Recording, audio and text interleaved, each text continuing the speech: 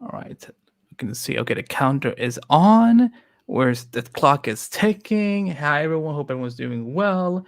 We are gonna go live and wired very shortly, so don't you go anywhere. We're gonna have lots of fun. 30 seconds.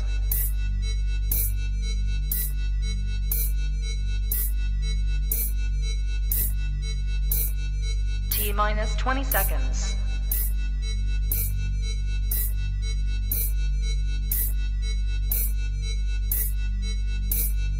10, 9, 8, 7, 6, 5, 4, 3, 2, 1, 0.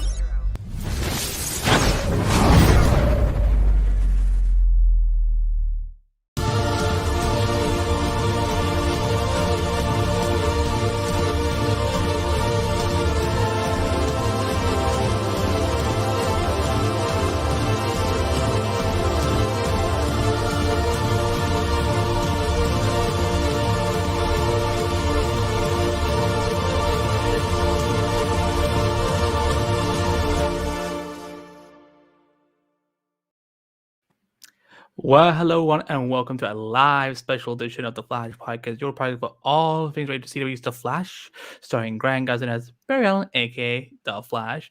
I'm your host, Andy B, as always, and joining me for this episode is a super friend of the show that is no stranger to being live and wired. You've heard her here a ton of times, and of course on Supergirl Radio, aka the greatest Supergirl podcast in the multiverse. It's a fact. Don't argue with me, or I will block you on Twitter. So You're too it's my kind. honor. It's my honor to welcome back Miss Rebecca Johnson to the Flash Podcast. Rebecca, how you doing? I'm doing really well. Thank you for inviting me to come and talk about this subject that we're going to get into. So I appreciate you having me on. Of course, yeah. I mean, listen, you're like my partner in crime at this point when it comes to all things Warner Brothers, DC movies, and like DC kind of like outside the CW realm. So of course, I want you to be back, but we haven't. I don't think we've recorded together since the Christmas episode. I think in December. So That seems right. yeah, so 4 months. It's been that's crazy, but so are these news that we're going to talk about today. Yeah. And I hope everyone who's here with us in the live chat, you're doing well, and that you're excited for us because this is huge. Even a week later, I'm still trying to be like, so how are we going to talk about this properly? But yeah, if you guys have questions about how this is going to work and so on, start sending them in, and we will go through them over the show because there's a lot of information to break down. So there's no news, sadly, about the Flash, at least the TV show. The only thing we can point out is that Flash is able to return on Wednesday, April 27th, with brand new episodes. And Rega, have you been catching up on season 8? Because things are getting intense without saying these spoilers. I'm so far behind on the Flash, and just to be transparent, I have a friend who is demanding that I watch Breaking Bad, so that's taking up my whole TV watching. So hopefully I can work some Flash in at some point, but I made a promise that I would finish Breaking Bad, so I've got to get Mm. on that. So, but I've heard things are happening. So I'm looking forward to catching up and getting to the point where I'm caught up on the Flash. Yeah, I think you're gonna definitely love this current graphic novel. It's very DC, so I think that uh, it's great. Again, I'm trying to be like careful about like what I post on Instagram stories because I know some of my friends haven't caught up on Flash and so on. But I'm like, just do it when you can, and then let me know. Because I think you're gonna like it. I saw something about the kids coming back, so I think I could really be into that because I enjoyed the family dynamics. Oh, yeah, the mid-season premiere, that was like it was kind of like a little like not a ball episode but it was more about them. And like if you like Nora and Bart, then I think you definitely love this episode. And we're gonna see them again later this season, supposedly because like Jordan Fisher is posting photos while in like he's in the costumes. I'm like, I assume he's on set. But yeah, but let's get into tonight's doozy. So last week, Variety, one of the top trades, reported that there's a massive shakeup going on right now at DC Entertainment, which is the subsidiary of Warner Brothers for all their DC properties, and it's kind of like almost like their Marvel Studios, but sort of not. But so as many of you probably have been following this news item for years now, for the last 2 years, Warner Bros. And Discovery has been in the middle of this merger, following the AT&T buy, which AT&T they just went. So now they went like bye bye, we go now. And so now this studio is known as Warner Bros. Discovery. WD is it's the shorter name. I think I will probably still call it WB because it's kind of catchy. But we have a new owner, we have new executives, and things are changing. Like this again. This is what what Riot is hearing. Warner Bros. So far they haven't said anything, they haven't made any statements with it, but Riot is a very reputable source. So if they're breaking something like that, and again, this is multiple insiders, multiple sources that they're working with, so it's a lot. But yeah, so we're gonna go ahead and instead of we're gonna bring up the article. It's long, we know. So we're gonna try to do our best to kind of give you the TLDR version of it. So I feel so hipster of saying that, like TLDR. I have to confess, it took me a long time to figure out what that meant. Me too. I was like, why did that take me so long? Too long, don't read. Yeah. I pretended to be like hip and cool and understand what it meant, and eventually I'm like, oh, there's TLDR, and they're like too long, don't read or whatever, or too long, didn't read, something like that. That's something like that too. Yeah. So here we go. We're gonna bring this up. So this is from Variety. This was posted on April 14th, so it's almost been a week, and I'm going to do my best to kind of like break this down, and kind of just read it through a little bit. So it's been less than a week since Discovery closed its $43 billion deal for Warner Media, joining one of the largest producers of reality programming with one of the most venerable entertainment brands under the new moniker of Warner Bros. Discovery. David Zaslav, the CEO of the combined companies and top leadership, has been toying with the idea of turning DC into its own solidified content vertical, the sources said. Okay, Andy, should we just intervene when we want to discuss something? Mm-hmm. I'm curious about what your thoughts are on the description solidified content vertical. It's very fancy English, like like I'm gonna give them. What do you think that means? I think it means to kind of like sort of like elevate it more, but also kind of like have it. I think what this is more talking about, I think they're talking about something like a DC Studios almost. Yeah, like that's kind of what I was thinking too, but I wasn't sure what that meant. Yeah, because that's something people have been talking about for years, that they've always wondered, like, why isn't there like a separate studio for DC for all their because they have video games, comics, movies, TV shows, merchandise, and so on, in the same way that Marvel Studios does, and that's kind of been an unknown question for years. So, but yeah, I'm figuring that solidified content vertical means that they want to kind of like give its own little like spotlight, almost kind of its own area where like this, it doesn't, because of Warner Bros. So many divisions and so on, with it goes into so many different directions, I guess. So I think they're trying to find ways to like, if this is true, I think David Zaslav wants to kind of like make sure that this remain, that it has its own definitive place, so that some of these issues that have been going on with DC for the last couple of years, which we will get into, doesn't get repeated, because it seems like David Zaslav, and I hope I'm saying his name right, because I assume the Z is not silent, because Aslav would probably be a little weird, but Zaslav seems right. Yeah. But the move would potentially affect DC future film development in the Warner Bros. Picture Group, streaming series of Warner Bros. Television, and the creative arm within DC proper, all in an effort to have the disparate elements more closely aligned in order to maximize the value of the superhero stable, one often seen as punching up against Marvel. And now I just see like the punch like sound from the Batman animated show.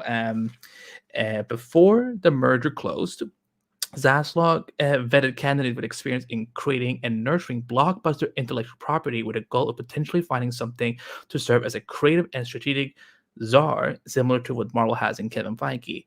One of those candidates include Emma Watts, a former top film executive at 20th Century Studios and Paramount, but it does not appear that Watts will take the job.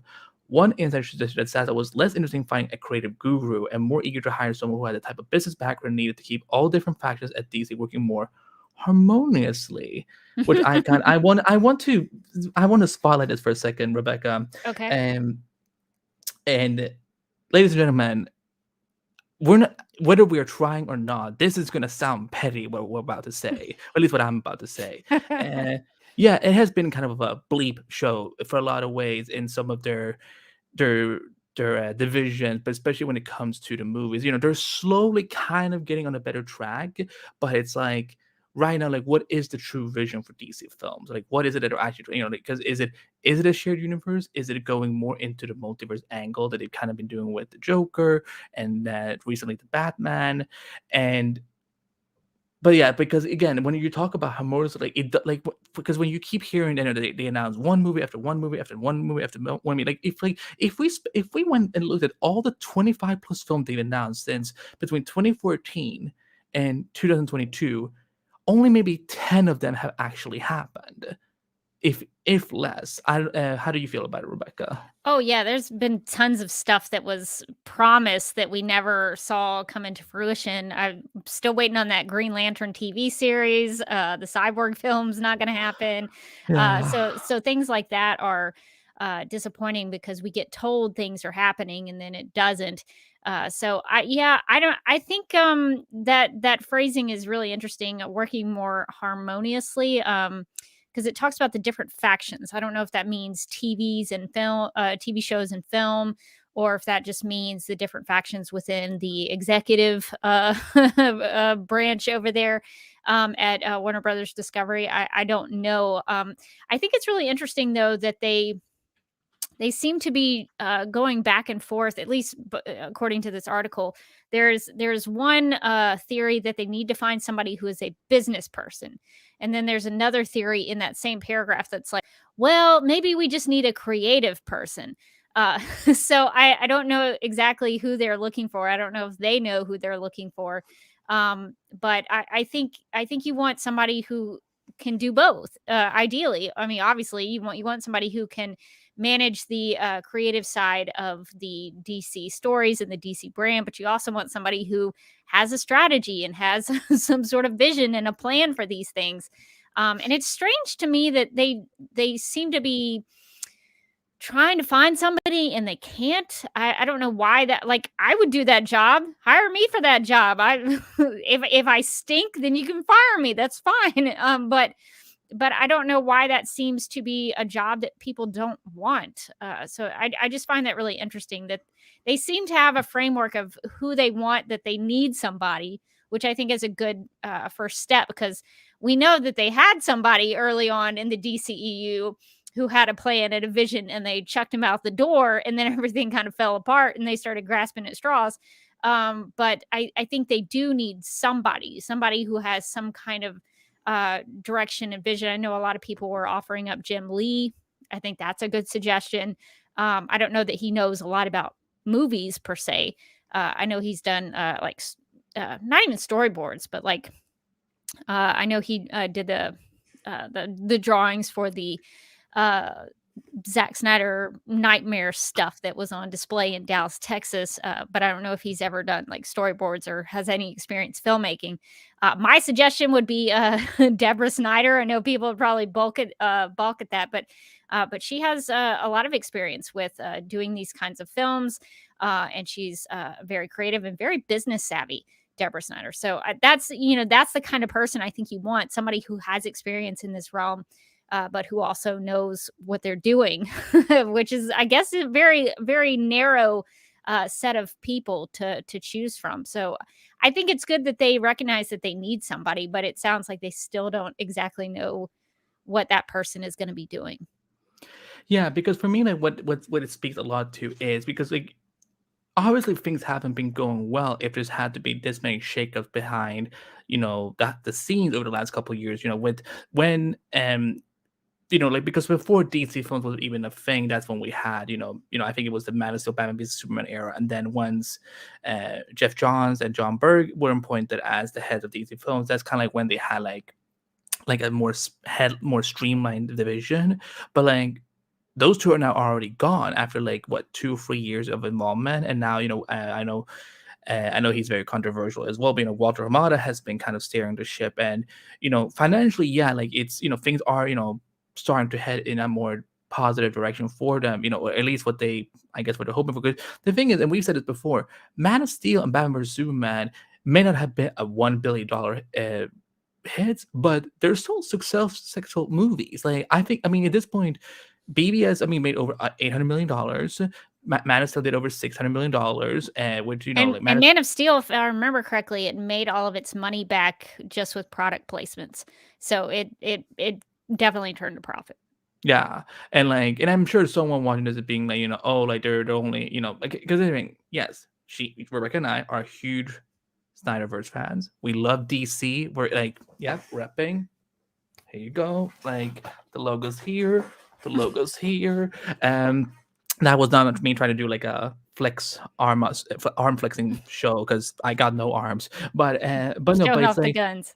yeah, exactly. But it's like, but that's the thing. Like, I think we live in right now in an industry where people think that in order to be a success, you have to hit $1 billion. But it's like that's not even true. Like, yeah, in theory, should a Batman and Superman movie be able to collect more than $1 billion? Yes, but at the same time, this is still a very fresh new universe. Look at we talked last time Rebecca were talking. Rebecca made a great point of if you look at Phase 1 of the MCU, until Avengers, none of those films barely crossed over $500 million. Like I think Iron Man was maybe the one to kind of get over that, but Cap won, Thor won, Hulk, and it's they like they had to build a foundation because Warner Brothers wouldn't give Zack Snyder time to really flesh this out. Because when you look at the Snyder cut, yes, there are still people who probably will never like what he does with those DC, but there was a lot of people who had seen the 2017 film and then seen this one like, hold on. I actually like this. And since Rotten Tomatoes seems to be something that people are dictated by, it has a good score. So, I'm just saying, like, there might be a point there to take up. But going on, insiders say that Zaslav believes that the success of the merger, one that has left the company highly leveraged, will rest in no smart on unlocking the full potential of the DC Comics universe of characters. Discovery insiders that believe that although DC has achieved cinematic success with recent films such as Aquaman and The Batman, it lacks a coherent creative and brand strategy. Discovery believes, and this is going to be one of my favorite parts, that several top shelf characters such as Superman have been left to languish and needs to be revitalized. They also believe that projects like Todd Phillips' Joker are a shining example of how sick and built characters from the DC library can and should be exploited. Margot Robbie's Harley Quinn is another example. Who's These Superman are again? I just want to point out these are things that I've been saying for many Yeah. years. Rebecca's one of the insiders. Not to brag on myself, but just when I read that paragraph, I was like, that sounds like I wrote it because No, you were the insider. You called right like. oh hey, no, hey, but like I would recognize that Aquaman and the Batman were successful, and those are I haven't seen the Batman yet, but I have heard it's really good. So I think those things you can acknowledge that those things are successful. But I like that it recognizes that they had a bad strategy. I've been saying that for I don't know how long. And there was something else in that about the sort of the second build characters. I don't know that I would say that Joker is the second build character, but I've been talking just kind of with friends about how like they need to mine some of these characters that are great characters but have never gotten a real spotlight. Like I'm glad that like I think on the TV side, Stargirl's been trying. They've been trying to make Stargirl happen for such a long time, and finally, Stargirl had a TV series that was something that was a good product. And I think if you can get characters from the Justice League, or even some of the villains, like the Joker example, if you can get characters like that that have a really good story behind them, you can. I mean, people will watch them. I mean, there's something out there that I think people would consider. Like, I know they've been trying to get like a Booster Gold and Blue Beetle stuff off the ground. I think those would be great films or TV shows. I would watch them if they were well written, and if they were a film, if they were shot well and they had good actors, I would be into that. So I think they're doing some of that, like they did some of that with the Suicide Squad and Suicide Squad. The only difference being the at the beginning. And they did that also with what was recently, I just lost my train of thought, but oh, Black Adam. They're bringing in some characters like Hawkman and Doctor Fate on the big screen, and I think that's a good way to bring some of those characters out that the general public. I mean, we know who those characters are, but people people like my mom and my brother probably don't know who those characters are. They have no idea who Doctor Fate is. My big Um, sister's gonna laugh her out. She's gonna initially laugh at the Doctor Fate helmet, but then once she sees what Kendall's gonna actually do, she's gonna be like, "Oh damn!" I love Doctor Fate. So Me too. I think those are good things to try to achieve. I just don't think they've done them in such a way that it makes a lot of sense, because it's kind of, I would say, a little bit confusing for the general public, because not just because you have like a Batman in the Snyderverse and a Batman in the Reeveverse, or whatever you want to call it, the Battinson verse or whatever, but it's just like they have different things that are coming out that seemingly, not that they're not connected, but like they had the Zack Snyder films, and then they had Todd Phillips's Joker. You need to, in my opinion, you would need to brand something like that. If you're gonna like do a series of films about the DC villains, brand it as such. Say that you're gonna make a DC villain universe where you're gonna like pump out those kind of films, because that way the audience will know, okay, well, this is what I know to expect out of this. This is going to be part of this same kind of series. You could create an Elseworld series that could be the same thing, where you just release a bunch of films that are set in Elseworlds, things like that. I think when you pump out just a bunch of random stuff, it can confuse the audience. Now, it didn't matter with the Joker, because Joker made over $1 billion and was a great film and a great success. But I think moving forward, I think they need to have some kind of strategy. They don't have any kind of strategy on how they make these films and how they present them to the public. So I think that that's something that they could definitely work on. Yeah, I for me, it's what because I've enjoyed a lot of things that have come out from Warner, because this is the thing, and I think this is something a lot of people mistake fans who, like, especially for us who are, fans of Zack Snyder's work, that we only want to see Zack's work. We don't want to see any other filmmaker, director, or producer involved. We only want to see through his lens, but that's not true. I mean, Rebecca just finished covering a Supergirl TV show for the last 6 years. I'm covering a show about the Flash that is going to this 9th season, which woohoo! Because last time we talked, it was like, that was like when the story came up that Grant was about to make some mad cash. And and now we have a season 9. It's like, so if that was true, we would not watch the Flash, we would not watch Supergirl. We would only want to see if Zack was somehow involved. But so, like, for me, at least, and I don't want to speak for you, Rebecca, but feel free to chime in how you feel about it. But for me, I want to see that from multiple directions, but I think that if we had just finished initially what we were supposed to get, because it wasn't just Zack that was going to bring us DC content. We had Rick Famuyiwa's Flash movie, that we will never see happen. I think Aquaman was even supposed to be a little bit different initially, and we were supposed to see Shazam and Black Adam go at it initially first, but now they're getting their own movies before they eventually meet, and so. And like Suicide Squad, like for me, I understand there's a lot of people who love the Suicide Squad, but that movie is like, Suicide Squad is not a comedy franchise. John Ostrander did, when he wrote those comics, he created something extremely dark and complex that, and again, I'm sure he had tons of fun being in the movie, having a cameo, and I'm sure he also, probably likes this iteration of Suicide Squad as well. But I think that at the end of the day, the Task Force X he created all those years ago, this is like, it's not funny, really, because it talks about government going into, playing with the prison system and dictating what themselves want to do. I mean, at the end of the day, Amanda Waller is a villain herself. Like she's like, or maybe like an anti-hero at most. Depends on what iteration you watch her from. But I'm this I would have loved to have seen David Ayer's Suicide Squad the way it was supposed to do, and I feel like if we have just let the films just play out the way they were, maybe this wouldn't have had, but we wouldn't have had to have another shakeup. This is me trying to visualize a shakeup, but it's not working like that way. So, but let's keep going through it because we're almost done. DC has started to figure out ways for its big screen films to inspire more streaming content. The example includes the HBO Max show Peacemaker, which was a spin-off of The Suicide Squad, as well as upcoming planned series on Colin Farrell's The Penguin and Gotham City's police force. That's not true because that's kind of been shelved according to Matt Reeves. But the company believes that the DC must do more to grow its approach to comic book fare, including bolstering gaming. Under Walter Hamada, who took over DC films from John Burke and Jeff Johns in 2018, the unit has achieved more consistency in terms of both the critical and commercial reception of the company's movies. He's undercut until the end of 2023 and could play an important role in whatever Zaslav has planned. Anything you want to comment on, or should I just finish at this point? Well, I would just comment that I think bolstering gaming is a good idea. Did they say they were going to do a Wonder Woman game?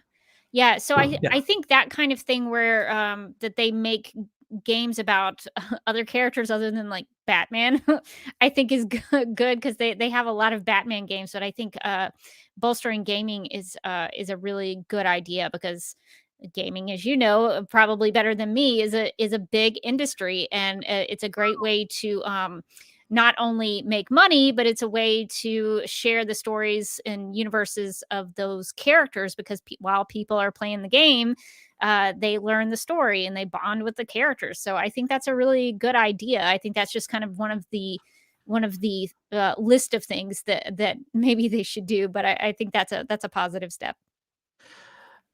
I kind of so badly just want to get together with Morgan and tell her, let's just get Rebecca a game console and get her Wonder Woman, because I like Rebecca. I am so excited for. Actually, you know what? Let me say that because it's gonna make a point in later on. Okay. But yeah, and like I said, we know that we know there is the controversy regarding Hamada, and I mean, and that could very much affect whether or not he actually will get to stay on or not. And even though they say could play an important role, it doesn't say guaranteed to play an important role in whatever Zaslav has in mind. Because I'm sure he's been paying attention to a lot of things that are happening all across the board for DC. Whether it's the Arrowverse, the DCEU, the Elseworlds, DC Black Label movies. I like Elseworlds. I'm just gonna call them Elseworlds, and everything that's going on. And we have. I mean, look. Not to be shady, but that's what I do best on this podcast. But like, look at how many of the people like Jason Killar and something last name and whatever has now like they have just they went bye, and that's not me trying to throw shade or anything like that. Listen, I as human beings, I have no ill will against them. Business wise, I do disagree with them in some fronts, but obviously they've had success, but also I'm questioning a little bit of their methods about everything, not just the Snyderverse stuff and so on. So if all you haters out there watching, just thinking that that's what all my thoughts are coming from, I'm layered. We're layered here, so like we're like onions. Like you underneath one layer is another. So but obviously they are doing shakeups because something obviously wasn't working behind the scenes. So. But yeah, I'm just gonna finish this, and then Okay. we're gonna get into a full discussion. So, Zaslav's pledged to find $3 billion, we Lord, in synergies in newly merged company, a signal of how important cost cutting will be to Warner's new owners. Mining DC's library of characters could help control spending, as Warner Bros. Discovery owns the underlying intellectual property, insiders say. Upcoming DC film project include a sequel to Zachary Levi's Shazam, a sequel to Jason Momoa's Aquaman, the long-awaited franchise started, and Black Adam with Dwayne Johnson. Yes, long-awaited, that's true. And a third installment of Gal Gadot's Wonder Woman. Thank goodness. That was a lot of text. So thank you everyone for bearing with us on that. So, Rebecca, this was a lot. So I've kind of broken up into a couple of questions. And like now that we've read all this, like when you saw that, what were your initial takeaways from reading this, especially in light of having seen so much what's been going on with the DC stuff over the last couple of years? I'm actually really impressed with the Discovery people who have come in because they're it seems like they actually want to make some money. Because for the last couple of years with what Warner Brothers has been doing, it seemed like they didn't want to make money. They were shutting down things that were successful, like Justice League, and they were making some weird decisions, and it's seemingly all for personal reasons and not for what made sense for the business and what made sense for making money. And so it's been impressive to me so far that they are rethinking the strategy, that they've cleaned house of all these executives who maybe could be argued that they didn't do a good job and earned a spot to keep them around. But they've cleaned house of all those people and are bringing in new people. And I think honestly, I think that's gonna be a good thing because it'll maybe have some fresh eyes and some fresh takes on things and, maybe have new ideas about how to capitalize on these characters in this universe, and, I'm just curious. I think at this point, I'm just curious to see what they do, because, I have not been real impressed by some things in the decisions and the, lack of strategy that have come out, over the last, I don't know, 5 years or so. So I'm just interested to see what these new people do because it sounds like they actually care about these things and they want it to do what they want the IP, the intellectual property to do well. And so I think that's a for me as a DC fan, I'm just glad to have people who seem to care about all of this. And so I hope they do well and they come up with some good stuff. Yeah, for me, I if I haven't made this clear enough over the years, being not just the host of the Flash podcast, but producing all of these DC podcasts on the network and my work as a journalist, I love the DC universe. I am at the core of my heart. I'm a DC fan. I mean, look behind me. There's like 96% of all this are DC stuff. Like all these Funkos, just DC Funkos. That's a Green Lantern lander, indeed. That is a Green and Black Canary. Mark Guggenheim, you should have bought the statue for inspiration. And Smallville, like I love DC. I want DC to always be at its best, to succeed no matter what. If it's comics, TV shows, movies, films, video games, you name it. So, and I can't say too much, but what I can say is, I've known about some of these things that have been going on behind the scenes to some degree over the years, and but seeing this in like from another perspective, because listen, I'm no big insider. I ain't none of that. Like, like trust me, I ain't one of the people that is being somehow like talking and saying, well, here's what I'm hearing. No, these are coming from trade reporters that have bigger and higher sources than I do, and for me to see all this, it gives me hope for the future of this brand because the thing that has always struck me so interesting, Rebecca, is that unlike Marvel, because they had to listen, Iron Man and Thor and Captain America, they might be big today, but let's go back 12 years ago, 14 years. I can't like let's 15 years ago even. Those three, they were considered not even B-list characters because you know what the A-list are? Spider-Man, Fantastic Four, and the X-Men. They were not owned by Marvel Studios at that point, so they had to take Kevin Feige had to take those smaller characters and build fire around them and convince people that hey, these characters are more worth investing in. And now look, now they're A-list Marvel Comics characters. Like they have some of the biggest comic book stories of all time, and we'll have there's another Captain America, there's another Thor, Iron Man's legacy has expanded and so on, and that's amazing, and it's because they believed in their film franchise. They believed in giving it time to, it's like a plant. You seed it and you let it grow. But with Warner Bros., I've always felt that there is this rush to catch up and just, we need to do what Marvel is doing 1 year from now that they had to do for across 15 years at least. But those are like you have to you can't get on the bike and learn and just ride it before you actually learn how to ride it. It takes time and it comes at you can't compare yourself to others. And I know and I know that's like naive of me to say because in Hollywood, money, money, money, money. But at the end of the day, seeing this report gave me a lot of like. This is going to be this is their flashpoint. if we're gonna or this is their do I want to say Crisis on Infinite Earths, or is that too harsh of a move? No, I think this is that's maybe a good comparison, because Crisis was the attempt to take all of the Elseworlds and condense them into one world. So I guess that's maybe that's the strategies. They're taking all these. I think in the article it said these disparate entities, and maybe they're going to try to unify the vision for all of DC into. I don't know if they can get it into one thing like Crisis, but I think that's maybe a fair comparison. Yeah. So from gut feeling of reading this, I'm like, Zaslow, like I almost became like the character in Casablanca. I'm like, I think this is the start of a beautiful friendship. And I love that movie so much. Everyone, if you have not seen Casablanca, go and see it. It's a Like, classic. What streaming service has it? Probably, if anybody, HBO Max would. Well, how fitting. That would run on Turner Classic Movies quite a bit. So I imagine if anybody has it, it's probably HBO Max. That would be my guess. I haven't looked though. But moving on, because yes, the Snyderverse is going to be a huge discussion point. But before we bring it up, outside of Zack's vision, what are things that you, Rebecca, feel that DC is missing right now in its multimedia format? And you can start from wherever you want. If it wants to be TV first, movie first, however you want to go. So many things, so many thoughts. So just let me know if you want to unleash yourself, Rebecca. Comment on them.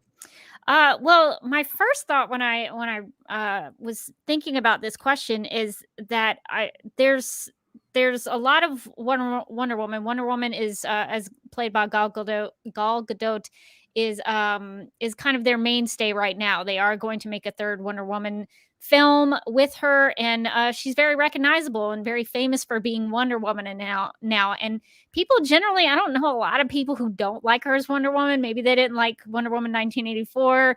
I can understand that. But I think the film was the problem, not Gal as Wonder Woman. So I think she is one of their kind of really good strong points that they still have left. And I was so surprised when I was thinking about it, is that they don't have a lot of Wonder Woman things. They have this game that they're developing, and so that's good. But I was thinking about how there's no, other than like Young Justice and like the DC superhero girls stuff, I couldn't think of anything that was big in terms of animation that they were working on. And then it made me think, well, why has there never been a Wonder Woman animated series? You have the Batman, the animated series. You have Superman, the animated series. Well, why hasn't there been a Wonder Woman, the animated series? That's so strange to me that they wouldn't lean into that. You could tell so many stories about Wonder Woman within that series and really develop her mythology. And why wouldn't you want to capitalize that during this time period where Wonder Woman is such a, it's such a big deal in terms of film? Why wouldn't you lean into that? The last time I think DC that I could find had made anything Wonder Woman in terms of animation was Wonder Woman Bloodlines, and that came out in 2019. And for that, I recently watched it for a Supergirl Radio Patreon quarterly review, and it did have a lot of inspiration from Gal Gadot.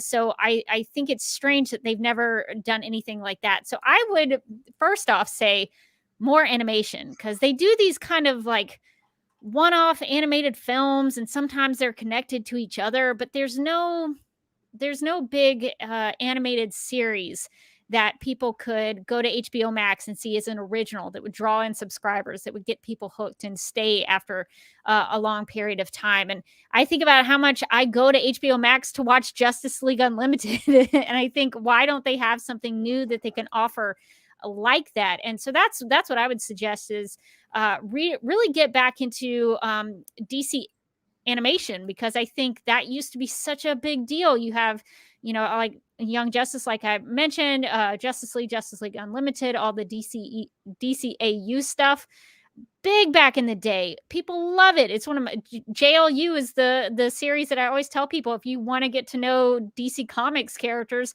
start there. Yep. And so I think that that's one of the kind of the untapped things that they've got going on. I think they are doing that new Superman and Lois, whatever that series is called. They're doing a new Superman series, but I think there needs to, like, even that, I'm like, we've had a Superman series. You're not tapping into something new that you can offer people. And I think that's the real missed opportunity in terms of the animation. Like I hate to be somebody who compares things, but I think I I hate to say this because I'm such a DC fan, but Marvel has done so much of this so well.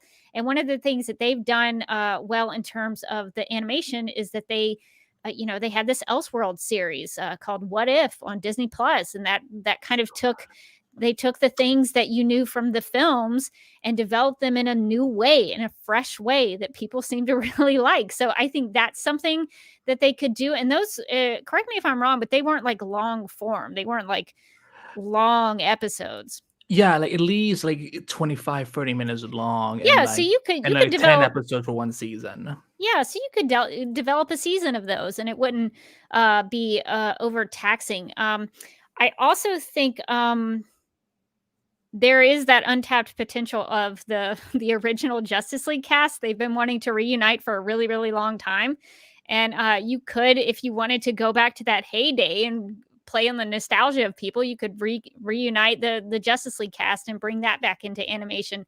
I also think what Marvel's doing really well is that they're having, and actually Marvel and Star Wars from Disney Plus are doing this really well, where they take a television series like The Mandalorian, let's use an example, and they spin off a TV show. And this is something the Arrowverse did really well and did very successfully.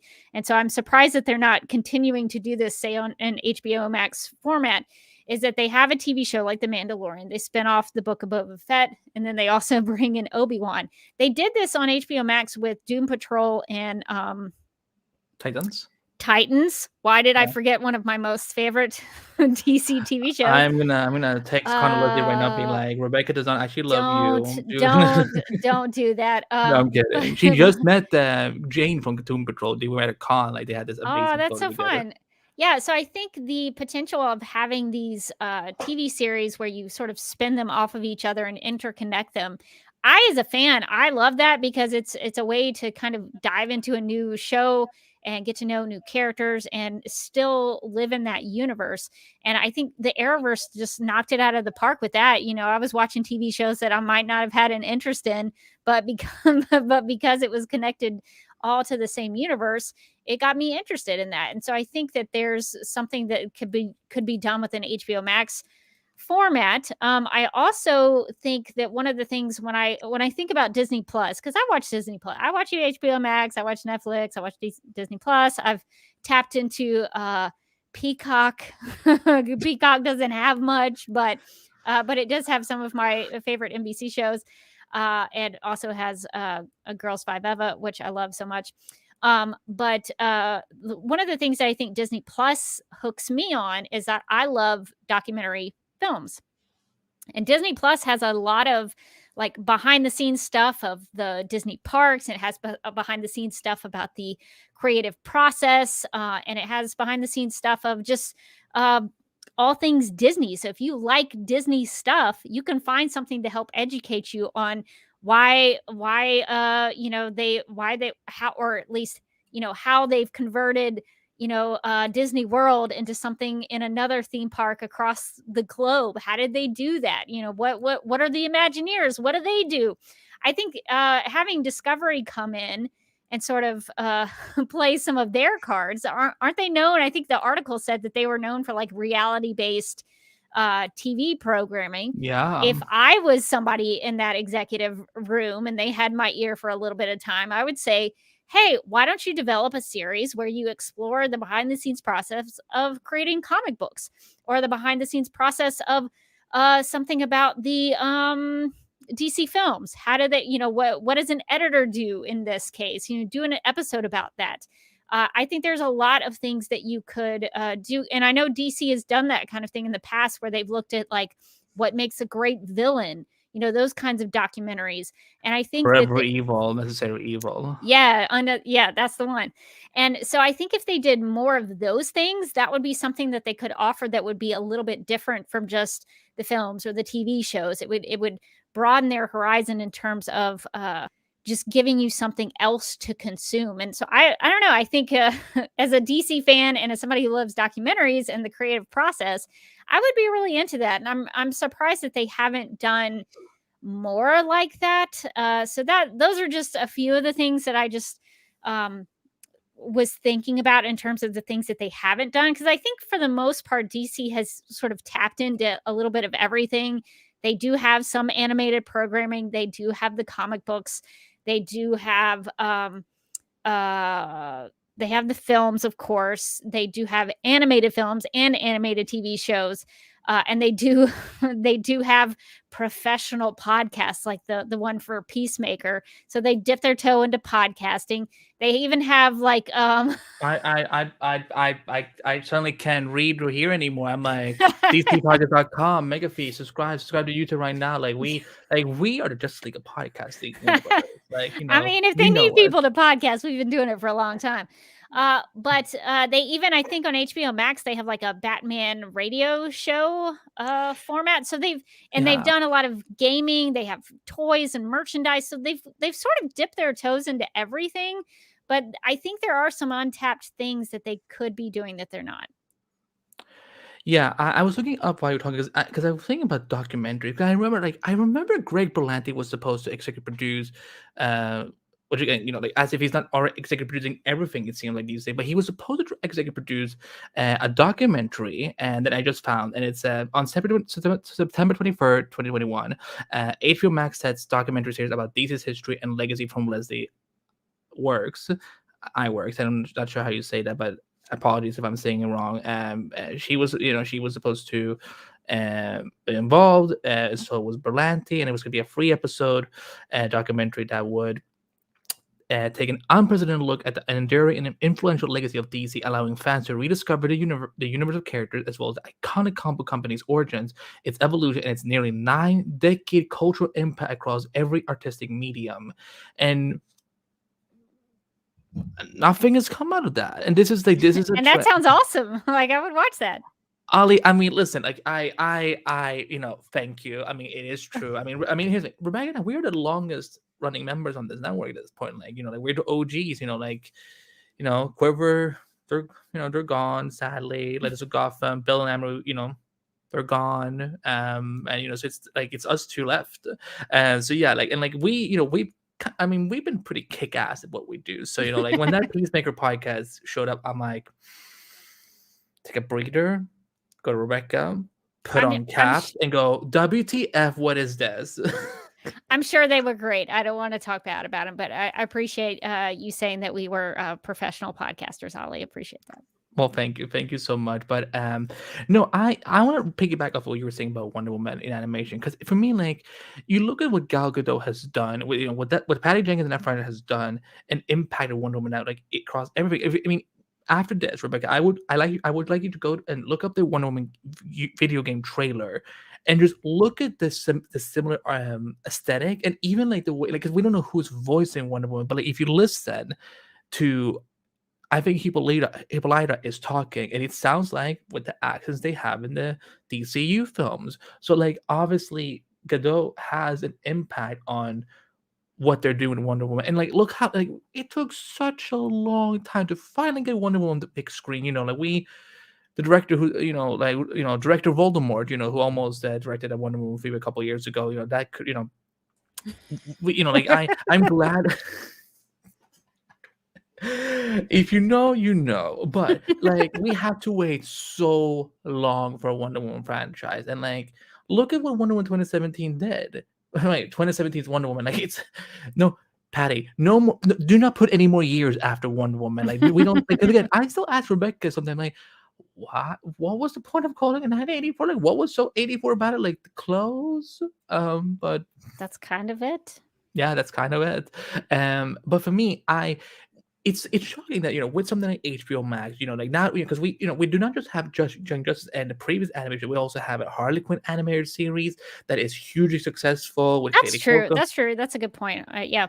Yeah, then it's fine. What I was going to make is just that it is so shocking to me that with the platform that is HBO Max, and especially during a pandemic that we've been now in the last 2 years, that they didn't start developing more animated stuff. Look.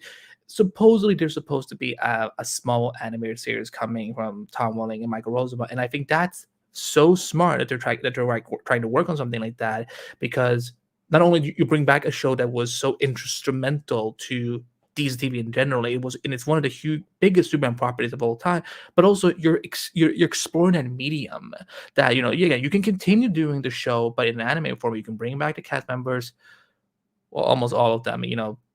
It's not on brand to bring in people from prison.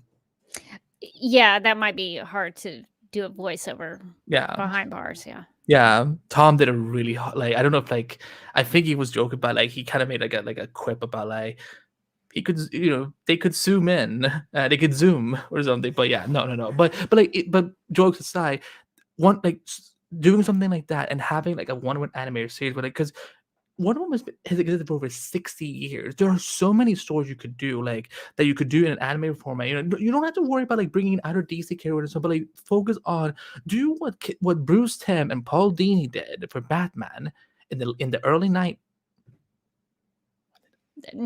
I think. Yeah, was it? It was a night. Yeah, okay. Yeah. So do what they did for Batman and do what the creators of Superman animated series did for Superman for Wonder Woman, because there are people invested in this character all over the world. And imagine having what it is,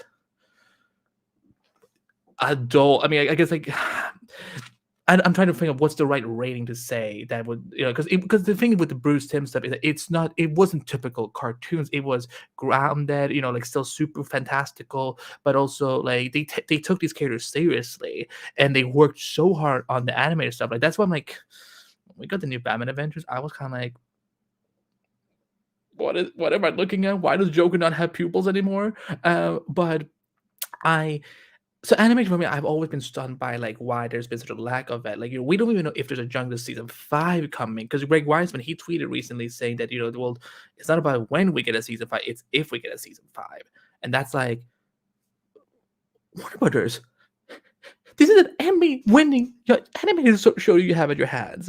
Have you seen the petition? Have you seen the fan support behind it? So I'm hoping that someone like Wonder Woman and I would love to see what would a Flash animated series look like, or Aquaman. Oh yeah. Or maybe bring back Green Lantern animated series that was I never watched, but I heard there was a lot of people who loved that show. It was actually pretty good. I would have kept watching if it had continued.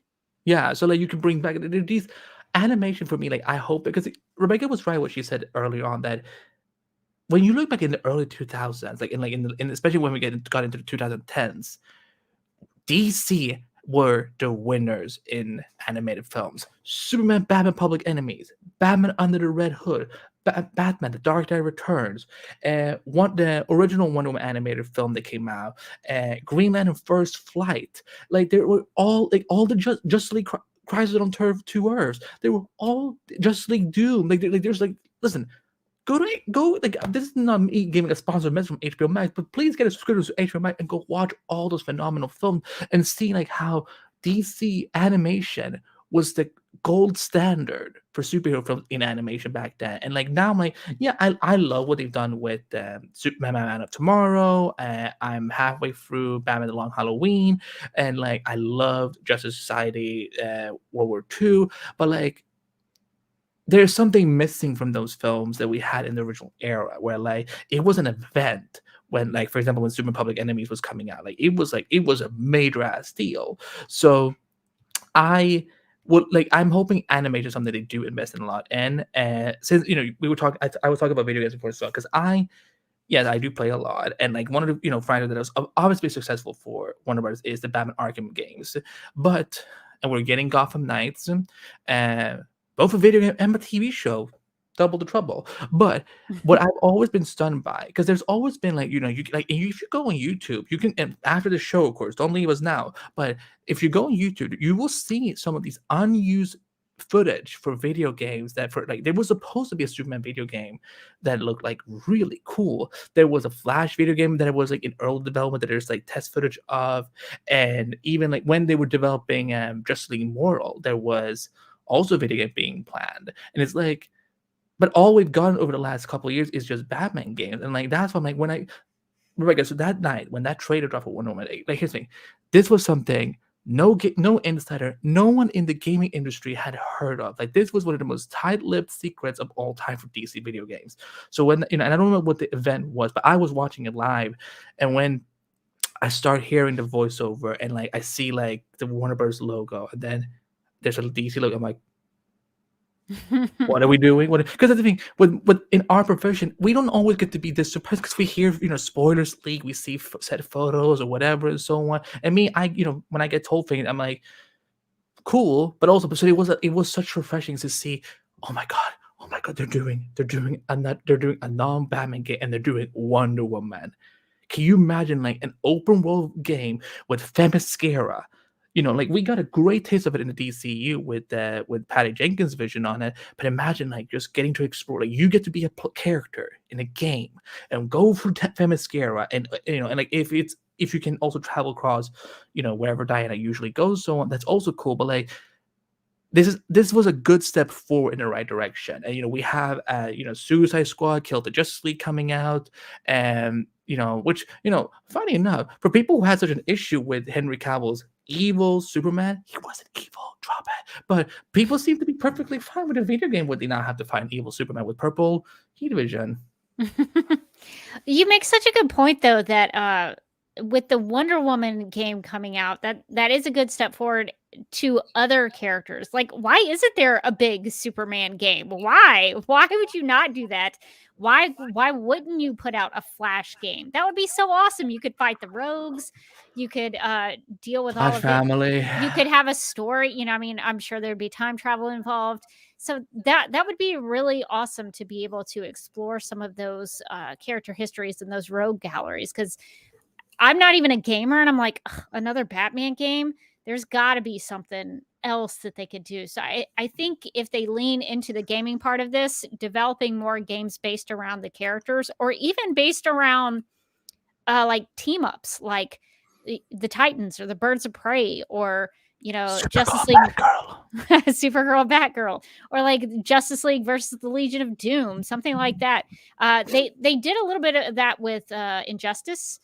And Injustice 2. And so I think those were so hugely popular that I think it would be silly not to explore more of that. Yeah, like, can you believe we haven't heard an announcement for Injustice 3? I just looked. Rebecca, can you guess what around what year do you think was the last time we got a Superman video game? 80s, early 90s? I don't know. 2006. 2006. Oh, was that with Superman Returns? Oh, yeah, that's right. And that's like, right. even though like anyone who even like dares to like show me the DVD, I will burn it to the ground because I hate that movie with a passion. But that video game is so much cooler than the movie, because like he fights Bizarro, he takes on Metallo, and like there's for me, I'm like, it is beyond me how we haven't had a Superman video game all this time. And like all the things that Rebecca just mentioned, I'm like, guys, you guys you own every character. You're not like Marvel and Sony that has to like co-share Spider-Man or whatever. Like we have to buy another studio to get the X-Men back. Because I swear to God, I'm almost confident that the only reason that Disney really went after Fox was just to get Fantastic Four and the X-Men back, really. Possibly, yeah. Yeah, but yeah, like for video games, I'm hoping that whoever is kind of appointed as this kind of business person throughout these divisions, that they look at like let's not do another Batman video game for the next 10 years. No more Batman animated show. That's why I'm like, when they announced Batman Cape Crusader, I'm like, yeah, I will watch it because it's J.J. Abrams and Matt Reeves and Bruce Timm. But I'm like, we've already like every year there's a Batman animated show. We need something different. It's just too much. I'm a big Batman fan, but even I'm like, oh, there's too much Batman. Yeah, like, and I just, for me, like, I think about like when I was growing up and I watched, we had Justice League Unlimited, we had Static Shock, we had all these other shows on, and like you could still get sort of great taste of different corners of the DC universe, whether they were connected or not. Didn't really matter to me, because back when 5-year-old Andy was watching these shows, he wasn't thinking about like, is it going to be a crossover? Are they on the same Earth? Are they like, I didn't even know like that multiverse was even a thing. So like for me, like I just want to see DC in every department. Go for it. just look at like what they have. They own billions of characters. Like look at something like that's why I'm kind of excited for what we're kind of getting right now. Like we're getting a Wonder Twins movie. We're getting Zatanna, we're getting Blue Beetle, we're getting Batgirl, and so on. But I feel like when it comes to video games and animation, I think there's so much missing because I feel like every year there's something Batman announced, and I'm like, guys, we don't need it. Like, why? Like, Batman is not your end. Like, yes, it makes you a butt ton of money, but if you show it, like, if you show investment in these other characters, consumers will come and see. Like, if you show them something different, they will go, you know what? Maybe I should watch this show live when it airs. Maybe not, because I'm sure with Batman stuff, people are just like they're just collecting stuff on their DVRs or like just letting it come on HBO Max, whatever, and then they watch. But I think like when you see something new, they're like, I've never seen a Wonder Woman animated show before. I want to see when the first 3 episodes drop, or I'm excited. I'm excited to pre-order a new Wonder Woman video game, for example. So, in terms of comics, by the way, do you feel like there's something missing right now in comics that they need to, because I think in some regard this applies to comic books as well, because this is gonna, I feel this is gonna change everything. Yeah, I don't know exactly. I can't put my finger on the pulse of everything that's happening in comics because I tend to stay in the Supergirl realm for the most part. But I think they've done a good job of giving other characters their own titles, like they had a Lois Lane title, things like that. Um, I think they could do more. I would like to see them. I don't know that they've gone back to the Elseworld realm, but I used to love reading Elseworlds, and that's something that I don't think they've been doing in a long time. And I personally would want to see that a little more. And so I think I don't I can't say definitively about some other things that are going on in the comics, but I just think they need to provide me with something that I really, really want to read, just from a personal standpoint. Like I look at some things and I'm like, I don't have to read that. That's not something I'm really into. Like I only subscribe to a couple of different series, and so there's nothing that's really popping out at me. But I think one of the things that I've learned from the Supergirl Woman of Tomorrow series is that uh, putting a team of people together who really, really care about the book and want to make it the best it can be, I think that seems like such a no-brainer idea, but that book was such a perfect combination of for me, characterization and artwork. And so that to me is kind of a rarity in comics, because from some of the Supergirl comics I've read in the past, in the Rebirth era, that's kind of the most recent thing that I've read before that. It was like people were just put on the books because they had to be assigned to write for Supergirl, and they didn't really care about it. And the stories made no sense, and it was just bad writing. So I think sometimes they assign things to people where they don't really actually care about the book. So that's the only thing I would say, is that they need to, really pair people up with a project they really care about. But I'd be curious, do you have any thoughts about how they could improve the comics? Yeah, I think that because you were talking about because they kind of like retired Elseworlds label. They're kind of going out with the DC Black label. Like there's these there's one book I would love to recommend. Yeah, it is ironically it is Batman, but it's called Batman the White Knight, where it's a story where I've heard of that. Yeah. it is. Oh, it is like because it makes you think so like it makes you think hard and really about like if it was flipped, like from Joker's perspective. And like, I mean, again, I don't want to spoil it, but like I think the first two, like I know there's at least one volume because I know they're doing something more with it. But I would like that's what I want to see more of, like more, you know, Elseworlds Black Label books. I mean, the Black Label book seems to always be like when they're trying to trying to be like, this is gonna be very, very mature, y'all. There's gonna be, graphic Be content, really edgy. yeah, like despite what previous Warner Bros. Seemed to think, Batman would get down on whatever. So that's kind of how dark Black Label can get. So I would, but I would love something I missed. I don't know if you ever read. Did you ever read any of the Earth One graphic novels? I did. I've read the Superman Earth One, and I think I have the Batman Earth one, but I haven't read it yet. But I think those kinds of things are really good, especially for comic book readers. When some people, I don't want to name names or anything, but some people think, oh, characters only have to be a certain way, and you can't deviate from that thing that they're supposed to be. I think for me, I read so many Elseworlds. I was open to different interpretations of Batman. I was open to different interpretations of Superman because that's all I was reading for the most part. I mean, I was reading other things, but for a lot of it, I really enjoyed those Elseworlds. And so I think it helps people understand that they don't have to be pigeonholed into one thing. So I personally like that. And it gives people more creativity. You don't have to like keep coming up with the same old stories all the time. If you can give people something that's creatively interesting, like you're talking about the White Knight, I think that would be really fun to read for me personally. I mean, I can only speak for myself, but I think that Yeah. would be creatively rewarding.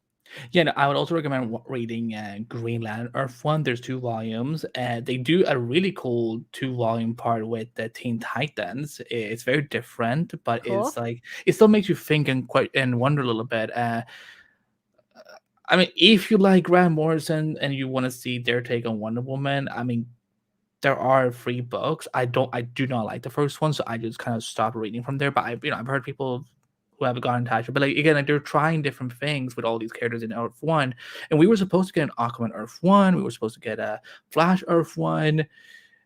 That might be the one and only time I ever met Dan Dio. I may have like straight up gone up to him like we were talking, and I'm like, "Hey, so where's Flash Earth One?" Like, I'm just, asking for a friend. And, he's like, it's coming. And then Nothing. I mean, is he here anymore? I don't know. But yeah, no, for me, like, I think that's something I would love to see comics do more. And even though they just started it, because I know right now they're doing the Earth Prime comics that tie into the Arrowverse. Guys, if you want, Rebecca Morgan, they have covered the first issue on Supergirl Radio. Are you guys planning on doing issue 2? Probably not. We just really covered Batman. No, Bat.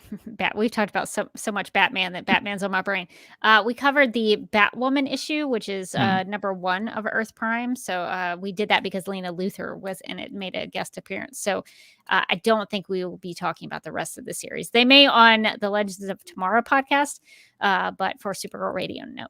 Yeah, but if you want, you guys can go. It's on this channel. It's on supergreator.com if you want to watch the review of it. But like, what I want to see do more of is, do more tie-ins to TV shows. Like because I know there's that Flash movie prequel, and there's supposed to now be a Black Adam thing, but I would love it if every film and TV show could get something like that, where like we get a little taste of the world before we get it. Because again, like I mean, listen, like the Man of Steel prequel by Zack Snyder and Sterling Gates, who's awesome. We love him.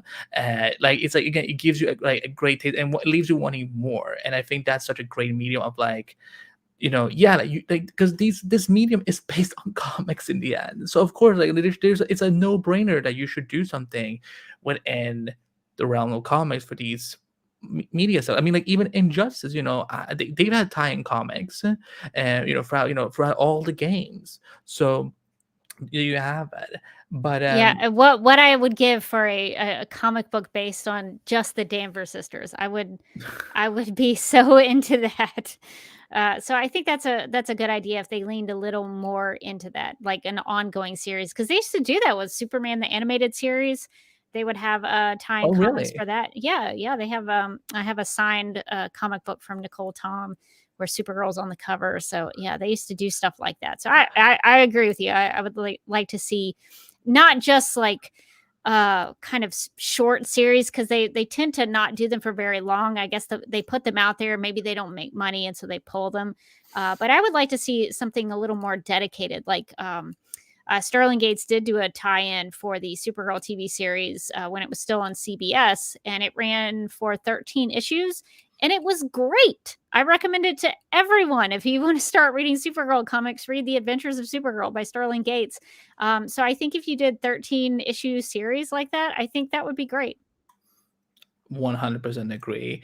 Let's take a look quick in the chat and see what people are saying because we want to make sure that you guys your thoughts are being included too. So we have a question from John Patrick Van Pelt. Good evening, everyone at the Flash podcast. Are we going to lose shows like The Flash, Super Lois, and etc. with a new merger of Warner Bros. Discovery. What does it mean, and what is the future of the CW? Well, Rebecca and I were buying the CW for $1 because that's more money that they've ever made. That's true, actually. It's true. It's a fact. Listen, like, I don't mean to be in any shape. It's like when you read a report like that, it's like I could have understood if it had been profitable for the last like 5 years or something. But I'm like, since it was founded. Yeah, they said it was not profitable since it was founded. Well, here's what we know officially so far right now. The Flash has a season 9 coming, and there's been there's talks that maybe it's going to be a final season. But again, they said that about season 8. They said about season 7. It's like, maybe Grant and the people who work on the show are just waiting 1 year at a time to find out. But we have a similar with season 3. We don't know what's going. CW has not said anything about Batwoman, Legends Tomorrow, Naomi, and they have Gotham Knights in the work. Stargirl has not come back yet, so it's too early to say. But you will probably get it if it gets renewed. It will be renewed like towards probably the middle of the summer. After people get a taste of Mr. Bones, they're gonna want to come back for season 4. Yeah. I mean, listen. When you guys start doing your Mr. Bones character spotlights and focus, and so they're gonna be like, "Wow, this character is a big deal. We probably should go watch Stargirl." And so you're giving again, like it's like we're giving this network is giving these shows so much free PR. It's so hilarious. But other than that, it's with the CW, it's up for sales, and we haven't heard anything since January of any potential candidates. There was Next Star, which I've never heard of, but I think this is definitely something that is a huge priority for Warner Bros. Discovery right now, because if the network has not been profiting them for 16 years, I can't, Rebecca, I can't understand this. I don't either. I really have no words. I thought at least on a basic level of like merchandise, maybe they did well. But when that article came out and said that they had not been profitable since the beginning of the network, that was like, wow.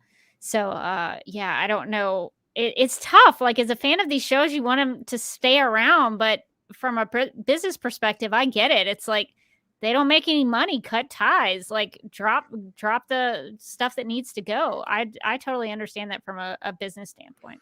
Yeah, so I think that, I think we can because we have an Arrowverse portion of this discussion a little bit later on, John. So we will revisit this. Hello, Justin Bernstein, good to see you. CVQs, hello, good to see you. And Justin Bernstein brings up that I think even the first Suicide Squad movie did over $700 million, and that was without China, which is a big deal.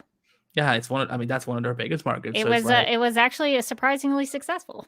Yeah, exactly. And John brings up in the Warner Bros. Even promised a 2-part Justice League in which never revisited. Yeah, like we were supposed to have initially Zack Snyder's Justice League movies, they were called Justice League Part 1, Part 2, and they were gonna film them back to back and so on. But then they're like, Guardians of the Galaxy made money, Deadpool made money. We need to have more humor, so they changed everything.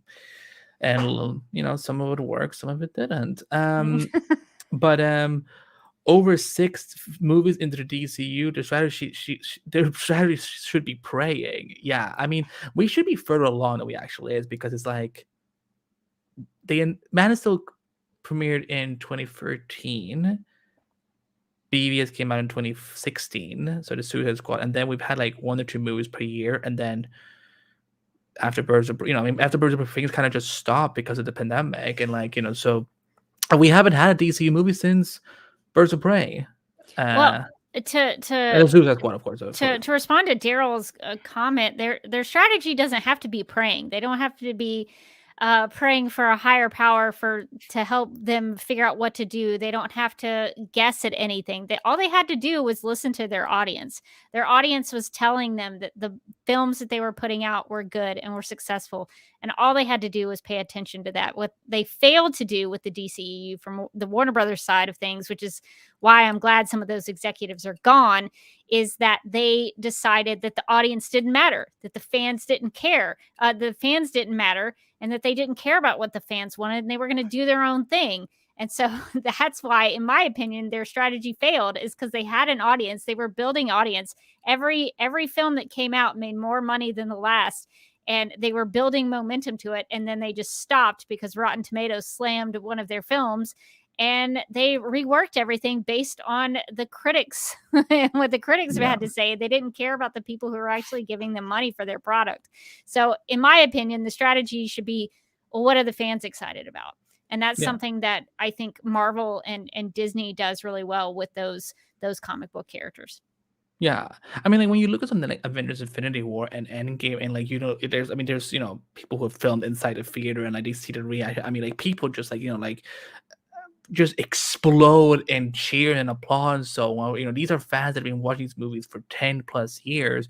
And, like, if you want to build up to that momentum, both financially and creative, and just, word of mouth wise, yeah, listen to what fans want. Because if you think about it, yeah, maybe critics hasn't responded as much to Zack Snyder's films as, but like when you look, like, if again, I think Rotten Tomatoes is completely pointless, because again, it tells you, like, I wish I had an Amy Adams clip of, like, you should not look at you can look at reviews, but you should go see the movie and form your own opinion. Like, the thing is, when I write movie reviews, I give my opinion, but I will never say you shouldn't go watch it. Go and watch it. Like, even if I don't like said film, I will tell you, go watch it, make your own conclusion of it, and then let's have a discussion. That Well, should be the case. the bottom line when you're talking about strategy is caring about who is going to spend their money on your product. The critics, they don't spend money on anything that the Yeah, filmmakers or the many TV of them show get people. screeners and get to go Yeah, a for lot of time they premiere get screenings. screeners, they get invited to premieres. They don't pay jack squat for your content. The people who go to the theaters, the people who buy your Blu-rays and DVDs, those are the people that you should be caring about. So I think the emphasis on that was one of the biggest mistakes that they made, was because they cared about somebody who was not actually paying their bills. Yeah, exactly. Daryl says Black Adam's gonna wreck the Marvel family. I mean, it's gonna Shazam 3 is gonna get lit, yo. I don't know. Mary Marvel's there. I think she can Oh, take. I love Mary Marvel. Daryl says, yes, I want to see the David Ayer Suicide Squad movie too, so we can see a movie more in line with the first trailer. That first movie still gives me chills. Yeah, it's a Of, good trailer. like, I don't. I started. Well, it's something. A song that goes with it. I started. And, like, like, I think Harley it's Quinn. I started a joke, maybe something like that. Yeah. Oh, well, of course, because Joker, Harley. But, like, yeah, like, I want to see again. Suicide Squad is not a comedy franchise. It's supposed to, like, it is gritty. It is dark. It is supposed to. It's supposed to be questionable, like, in many ways, because, again, like, what Amanda Waller is doing, it is not, like, it's not really ethically okay, because she's using government power to her advantage. So, like, I too want to see David Air Suicide Squad. I want to see the real Enchantress, for example, because I don't know what it was that the Cara Delevingne got to do in the edited version, but it was freaky. And so I want to see it too. Justin Shields says, just make the Batman sequel and I'm good. Well, there you go. Ollie 1035 says, I would love to see a one-on-one animation show. What if definitely deserves a chef's kiss. I'm so excited. I'm excited for season 2.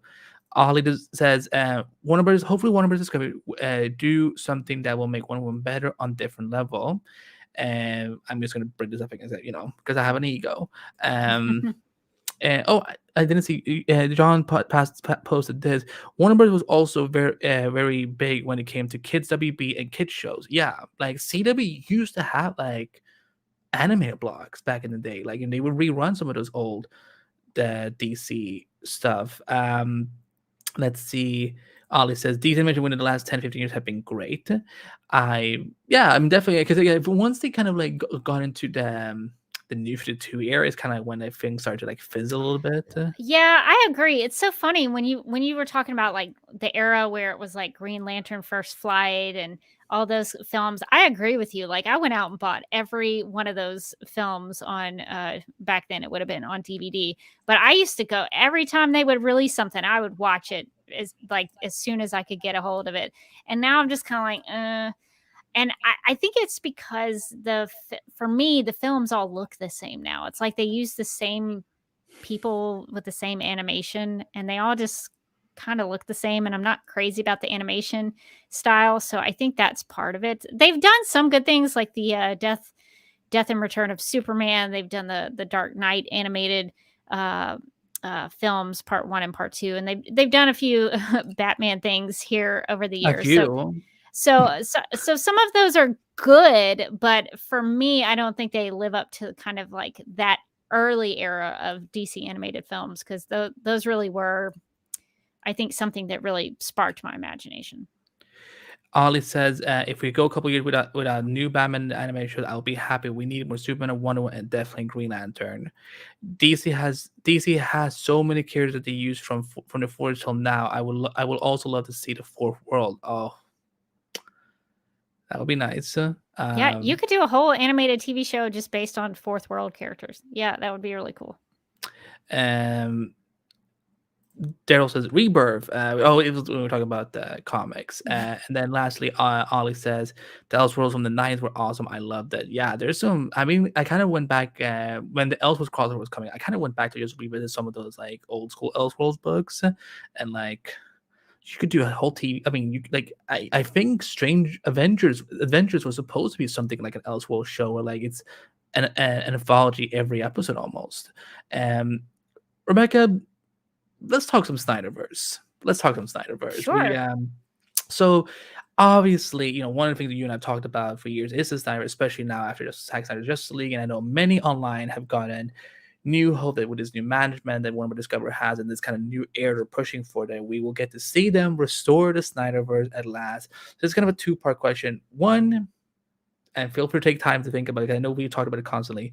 Do you see it happening? And two, would you rather see it so that Zack can actually finish what he had planned, or would you, at this point, now that we kind of have this new regime in place, see him extend this universe if he could? After he does, the 5-part series he was going to do, 5-movie plan. Where would you want to see him go? Like if he got to come back and continue it. Those are a lot of big questions. I guess I'll start with the first one. Do I think the universe, like the Snyderverse, is going to be restored? I don't know. I'm going to never say never, because Release the Snyder Cut happened, and we actually did get to see his version of the film. It took 4 years, but we did finally get to see it. So I'm not going to say that it won't happen, because I learned from that experience not to give up hope. But I think I will say, even though I don't want to say one way or the other, because who knows, I'm not in those conversations, but I think the fact that Discovery is rethinking some things and has gotten rid of the old executives who were so aggressively anti-Snyder, they have new fresh eyes on things. They know about Zack Snyder's Justice League being a big deal and being a big hit. They know there's an audience for A global phenomenon. A global phenomenon, from the words of the executives at HBO Max. And just recently, the Flash moment from Zack Snyder's Justice League won a fan favorite award at the Oscars. So they had to have been paying attention to that. So I can't imagine if I'm an executive and I come into this new arena with these intellectual properties, and I look at how excited and passionate the fan base is, and then I see it making big moves at the Oscars, I'm going to be like, what? Why are we not doing something with this? That's what I would be thinking. Even if I wasn't a Snyder fan, I would be thinking that from a business standpoint. So I'm a little more hopeful than I was, because I think that the potential is there for new, fresh eyes on things to be more open to that. They don't have the grudge against Zack Snyder and his films that apparently Anne What's-Her-Face was. So I think there is a potential there. I think it would be difficult with Zack Snyder and his Netflix deal and his schedule. It would probably be kind of difficult time-wise, but I think the grudge is not there anymore, and I think that's the big deal about it. So I'm more hopeful than I was, but I can't say one way or the other, because I don't know. But I think I would like to see his 5-film arc be finished. I would like to see where he was going with that, and how they ended that story. I think it would benefit Warner Brothers Discovery and HBO Max I would assume it would be on HBO Max. But I think it would benefit them if they released it in the theater. It would make a lot of money. So I think it would benefit them to tell a completed story, because nobody's going to start watching those films if it doesn't have an ending. It's like a TV show that gets canceled early. Why would I watch the show if it doesn't have an ending? Why would I spend my time investing in this if it's not going to be completed? So I think it would be good to see his final finished vision. But I think it would also be really smart to dig into those characters, into those actors that were in that universe. We've talked about that before, about other things they could do, like a Ryan Choi Adams show or a Deathstroke show, or something like that. They can continue that universe with those actors and those characters, and I think that would be great. I think it would be great to have the Snyderverse and the Batman Matt Reeves stuff and everything from the HBO Max shows and everything from the Arrowverse. I'm here for all of it. I think there's room for everything. So I think that's what's missing for me, is that they've shoved one part of the DC universe out the door and said, no, you cannot have that. You can have everything else, but you can't have this one thing you like. And I think that's the problem for me, because then that closes me off from everything else, because I feel like I've been shut down as a fan. So I think they need to open those doors back up, because I think it allows for more interpretations of the characters, and everybody can pick and choose which you want to have. So I think they should restore the Snyderverse. That doesn't mean that I think they're going to do it, but I hope they do. I realize now that I'm looking at my own questions, like, I have to be very careful what I say here. Do I see it happening? I do think I do see it happening to some degree. Yeah. For me, and I want to piggyback off what Rebecca was saying, that the best thing about DC that I have loved over the years is that there was always something for everyone. Like there was, like, for example, I wanna take the Teen Titans, for example. We have the Teen Titans animated show for the for kids. We have Titans for more of the adult. We have Teen Titans Go for the very, very young demographic. We have Young Justice for kind of the young adults. Kind of just using it as an example, there is something for everyone. And for me, like, yes, and I want to make this perfectly clear, and I think I can maybe I can speak for you on this, Rebecca. But, like, if you don't like the Snyder movies, for legitimate reason, like, it doesn't match what you look for in movies and in storytelling, that's perfectly fine. But that also goes to the other way, is that if we but then let us, because that's the thing, our movement, our fandom that we are in, and this movement, and I'm talking about the mature, logistical, grown up, passionate Snyderverse fans. What you see, I don't see those toxic people as part of our community. They have crossed the lines. It's not acceptable. We don't tolerate, and that's why I don't see them as true Snyder fans.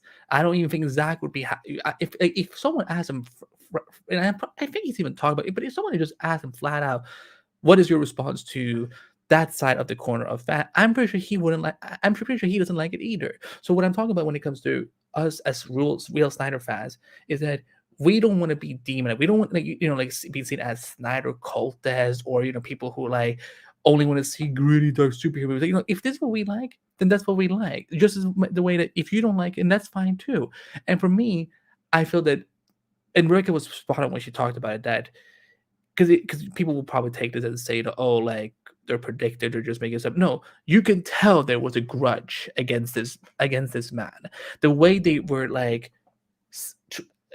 marketing the Snyder cut, like, like, for example, when it was coming out on Blu-ray and DVD, they put that trailer for the Blu-ray release on unlisted, and they kept marketing the Voldemort's Justice League, because I just They do not want to. did. That was so bizarre. Why would they had the do that? audacity in 2021 to market the movie where where they enable a director to threaten an actress who plays Wonder Woman and go after her in very hideous ways, and to go after Ray Fisher in racial ways, and God knows what else that director did to other people on that set. And we're not just talking about actors, we're talking about crew members, production people, costume designers, craft and service people. And yet you have the audacity to market that movie again in 2021. Shame on you. Shame on you. That's disgusting to me. Like if I ever see that movie in anyone's Blu-ray shelf, like you will best that believe it that I will ask that person like, you don't need this, do you? And if they say yes, I will break it apart. Garbage. Period. So I just want for Zack because if Zack's only thing that he wants to do is just to finish this series of film that he had in mind, and we know here's the thing, we know the Snyder Cut is a success. We need to like people who out you need to stop denying that it is just because you don't get to see numbers. But again, we've seen numbers across other streaming platforms around the world. Is it HBO Max, and it's a success. And even the HBO Max, like I don't know what the role was. Like they had a huge role as they were marketing HBO Max internationally. They call Zack just like a global phenomenon. So yeah, like that means that there are obviously sides of Warner Brothers and HBO Max and Warner Media in general that obviously were backing Zack Snyder. They were behind his vision. They were behind getting his product because again, it makes them money. Like they're getting content, especially imagine getting like getting a Justice League movie in 2021 when you could barely put out any movies in theaters, and all they had to do was just shoot like what 2 new scenes or something. And that's not even talking about the initial signups for HBO Max that they got when the Snyder Cut was released. Like I signed up that day for it, so it did garner them subscriptions and people excited about their streaming platform. Is this true? No, this cannot be true. That I don't know. Okay. Whether or not Zack Snyder's Justice League has a digital code, that I don't know. Yeah, but again, we've been able to tell that this studio has always had something against this man, and there's been various executives that have come and gone. At the end of the day, we will never know the full story. There are some stories that we will always hear from behind the scenes. There's gonna be time, but there's gonna be 2 narratives that there's the truth is obvious somewhere in the middle. But at the end of the day, it's clear as day that these people, like Kevin Shushihara, Voldemort, the people leading DC films, you name it. There's a beat between them and Zack Snyder and Deborah Snyder, and this is not what filmmaking is supposed to be. Like I understand that these are millions of dollars we're talking about, but at the same time, I never supported justification of why they had to make these changes because they just wanted to be like Marvel. They thought that comedy was what was going to win them over, and like make it lighthearted. Another thing, if you look at the genesis of Zack Snyder's movies, they have some of it has so much heart that it's it has so much heart that like my heart was almost falling out seeing those films. Like it makes me cheer, they make me cry, they make me laugh, they make me gasp, they make me fanboy. They gave me all the feel that you're supposed to be getting from these movies because these are larger than life people.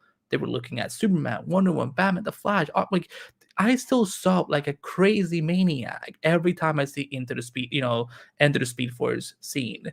And like not only was it because that was my first movie screen I ever got as a critic. Like for once, like my voice actually mattered as a man of as a critic of color, be able to see this film and also like get to witness that moment that Warner Bros. For some reason thought, you know what we should instead do? Let's cut out this epic time travel scene and have Barry land on Wonder Woman's boobs.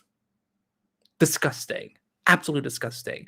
So for me, I think the Snyderverse will be restored, but it will be restored in order to finish it properly. And then afterwards, if Zack wants to come back and do more stuff, or I almost call you Ryan, like Rebecca was saying, do like a Ryan Choice spinoff, or Deathstroke, or Nightmare, or whatever, or Ben Affleck's Batman movie that we were supposed to get. Like that's the thing. The great thing with the multiverse is that it means multiple universe. It means multiple. There's room for. They're acting as if like we only got 10 spots.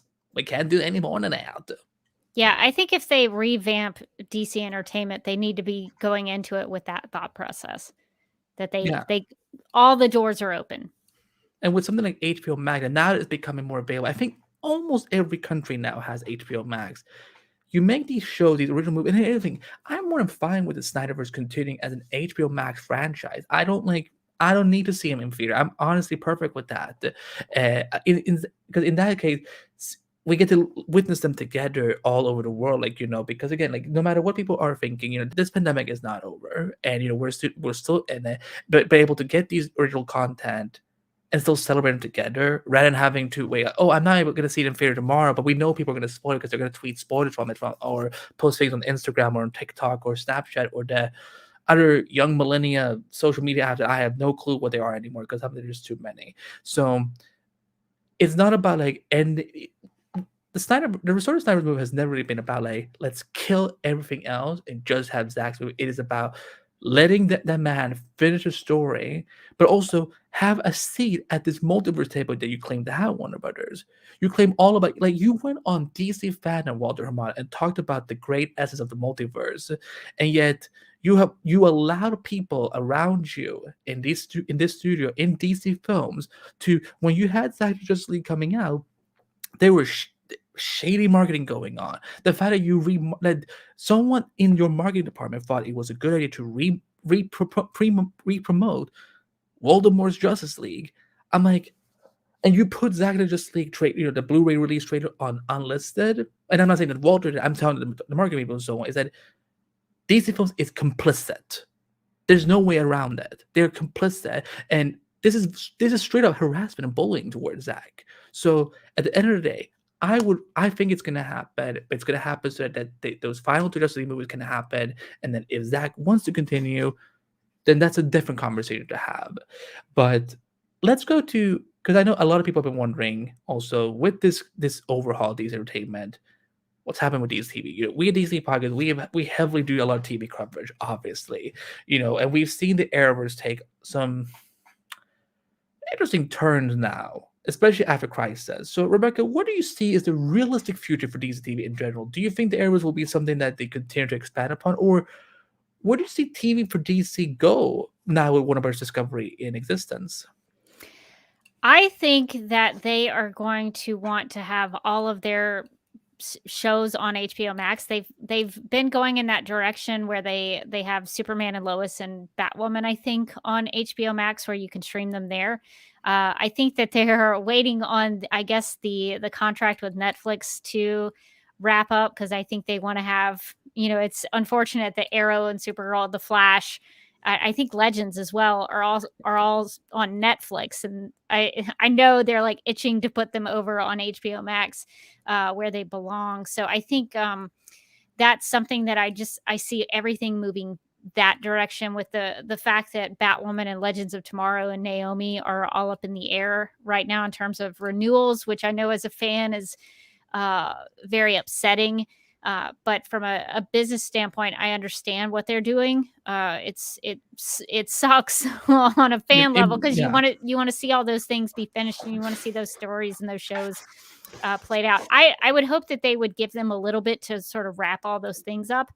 But I think that they're going to move everything over to HBO Max, and I don't know. It's interesting with the Arrowverse, because Superman and Lois really hasn't wanted to do anything with the Arrowverse, and I think Kara? Who's Kara Danvers? No one. I don't even know her. I know what exactly would be interesting. I wish I had some sunglasses where I could put them on and say I don't even know her. I don't even know her. But I think like with Stargirl has at least leaned a little bit into the Arrowverse with John Wesley Shipp's Jay Garrick. So there's a little bit of a connection there. But I think what they're probably going to do moving forward is probably do standalone show. That's what it seems like they're doing. Is they're just going to be doing these standalone series that maybe don't have anything to do with each other, and they can just sell them as standalone shows on HBO Max. That's what I think is happening, but I have no idea. We don't talk about Kara. Hi, new Rachel. Good to see you. She was giving you some love, by the way, for the Wonder Woman back. Oh, well, thank you. I thought since a lot of my ideas were Wonder Woman centric, I figured I'd put her Diana has your back. She's like, like, you come for my girl, I will cut you. Dude, she looks so cool with a sword. Yeah, she does. Oh, we thought that was the God Killer, but she is the God Killer. Twist. Twist. No, but go on. Yeah. So the Arrowverse, I think, is probably nearing its end point. But I think having all of their DC television shows all on HBO Max is a really smart move, because then you have more of a reason to go onto HBO Max, subscribe, and keep with their stuff. Especially because the way HBO Max is ordered is they have like all of their intellectual properties kind of under one button, so you can go just straight to the DC stuff and get all of your DC content there. So I think if they had all of those shows on the same platform, that's the ideal. That's what Disney and Marvel had to do. They had to wait until everything expired with Netflix to move everything to Disney Plus. So I think that's where it's all heading. But in terms of the universe, Are you talking about like the hub thing? yes. Yeah. And if you go there now, everything is Batman. Everything. So I guess because the Batman is now on HBO Max for you to watch, they're like, oh, you came here for Batman. Here's everything we've ever created that has Batman in it. So that's funny. But I think you want all your products in the same place, and so that makes sense to me. But I think as a universe, I think the Arrowverse is coming to a close. Yeah, I to piggyback on that, because I constantly get asked that question, and again, it's another territory where I have to kind of be careful not to say too much. I think the Arrow will always exist in one way or any other. Like, do I ever think we're gonna have big crossovers again? No. I think that time is over. I think that if we do get crossovers or like any kind of engagement between Arrowverse characters from other shows, it's gonna be like Armageddon, for example. And I think that's actually a little smarter, because it doesn't force you to have to go watch 5 different shows every week. Instead, you watch one show every week, and then it maybe encourages you to go check out the other shows. But also, yeah, as long as this pandemic is in effect, like these producers are terrified of, like, Todd Helbing talked about Eric Wallace. I mean, you can check all of our interviews. Eric Wallace has said several times that there are things they want to do, but they just are not allowed to do because the actors and the people on set's health come first. The writers and producers, they have the opportunity. They can work from home. They can work over Zoom and Teams. And but these actors, like, could you imagine, like, if all these characters only talked on Zoom or Skype or StreamYard? Like, oh, I would kill it. I would kill to see Barry on StreamYard and just see him like him and Cara multitask, and like Oliver not having any clue, like, why don't we just do Twitch? Like, no, we're gonna do StreamYard because it connects to Twitch. It's like, but again, I just assumed Oliver is clueless because I like it that way. But for me, I think that Supergirl, it's such a weird entity for me, where it's like, I mean, obviously it's in the air, it's in the same world or world and so on. Why Clark doesn't seem to remember his closest family member? It is, aside from Allura and Zod, it is Zor-El. That's his first name. Yeah, Zor-El. Aside from them as his like uncle and auntie, like, he doesn't have any other biological ties besides Jordan and Jonathan. Kara is like that's the one person that has a life on Krypton that he never gets to have, and yet this show always tries to find a way of just avoiding her, which is it's thanks to Supergirl that we have a Superman TV show. So like I'm disappointed, but I think as Flash is getting ready to kind of end and so on, like, we will see what happens after Flash, and I still see maybe some sort of spin-off happening, whatever, and I think there's always be spin-offs happening, but I could see eventually, like, depending on what the sales does, that maybe they do move over the Arrowverse to HBO Max before starting any new shows, because like you said, Batwoman, Stargirl, Superman Lois, and I know in America, Naomi hasn't come to HBO Max yet, but all across different countries, Naomi is coming out with new episodes every week on HBO Max. So obviously, it's going to go there. I'm not for, yeah. Don't forget Talro, Uncle Talro. How many times did you have to how many times did you laugh when you first heard that name, being like, that's the most clever Kryptonian name that could come up, like Talro? I wasn't a big fan of that entire storyline. That's the character that started off as Morgan Edge, right?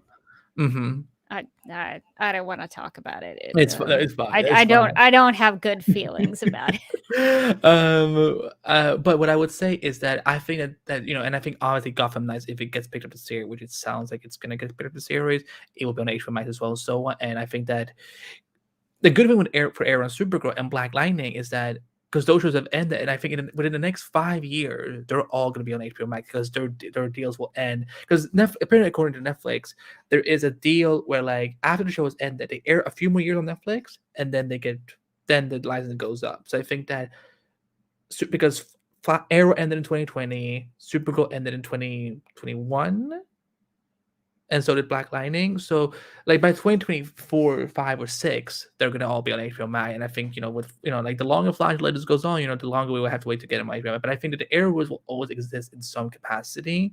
Like I just don't think crossovers is what's gonna happen anymore. Like they might do big arcs where like acting come on from other shows, but I never think there's ever gonna be like there's never, I don't think there ever is going to be a crisis again. It all depends on what Greg Berlanti wants to do, because his overall deal with Warner's is coming to an end very soon, and we've seen him kind of starting to make a few moves now on Netflix. So but it can also open the opportunity, because Rebecca, I know you and I, we've talked about this before, is that it's refreshing when we get to see other executive producers kind of come in and create a new DC shows, like Ava DuVernay or someone like Salim Akil. And so it doesn't always have to be through Greg Berlanti's lens, because some of it has worked and some of it hasn't. You know who you are. And so if the Arrowverse is kind of winding down, like let someone else come in. Like it could still be an Arrowverse product if they want to, but let it come from a different executive producer. Let it come from a different production company, for example. So I do think, but I think that the Arrowverse is definitely like, it's not going away, but it is adapting to like like they can all be in the same world, but like we may not actually hear like a reference or a call out every single episode every week. I mean, still doesn't excuse what Superman Lowe's has been doing, because it's like, come on, like Kara is like I will tell you off air. I can't say this on there, but let's see what people are saying in the chat a little bit.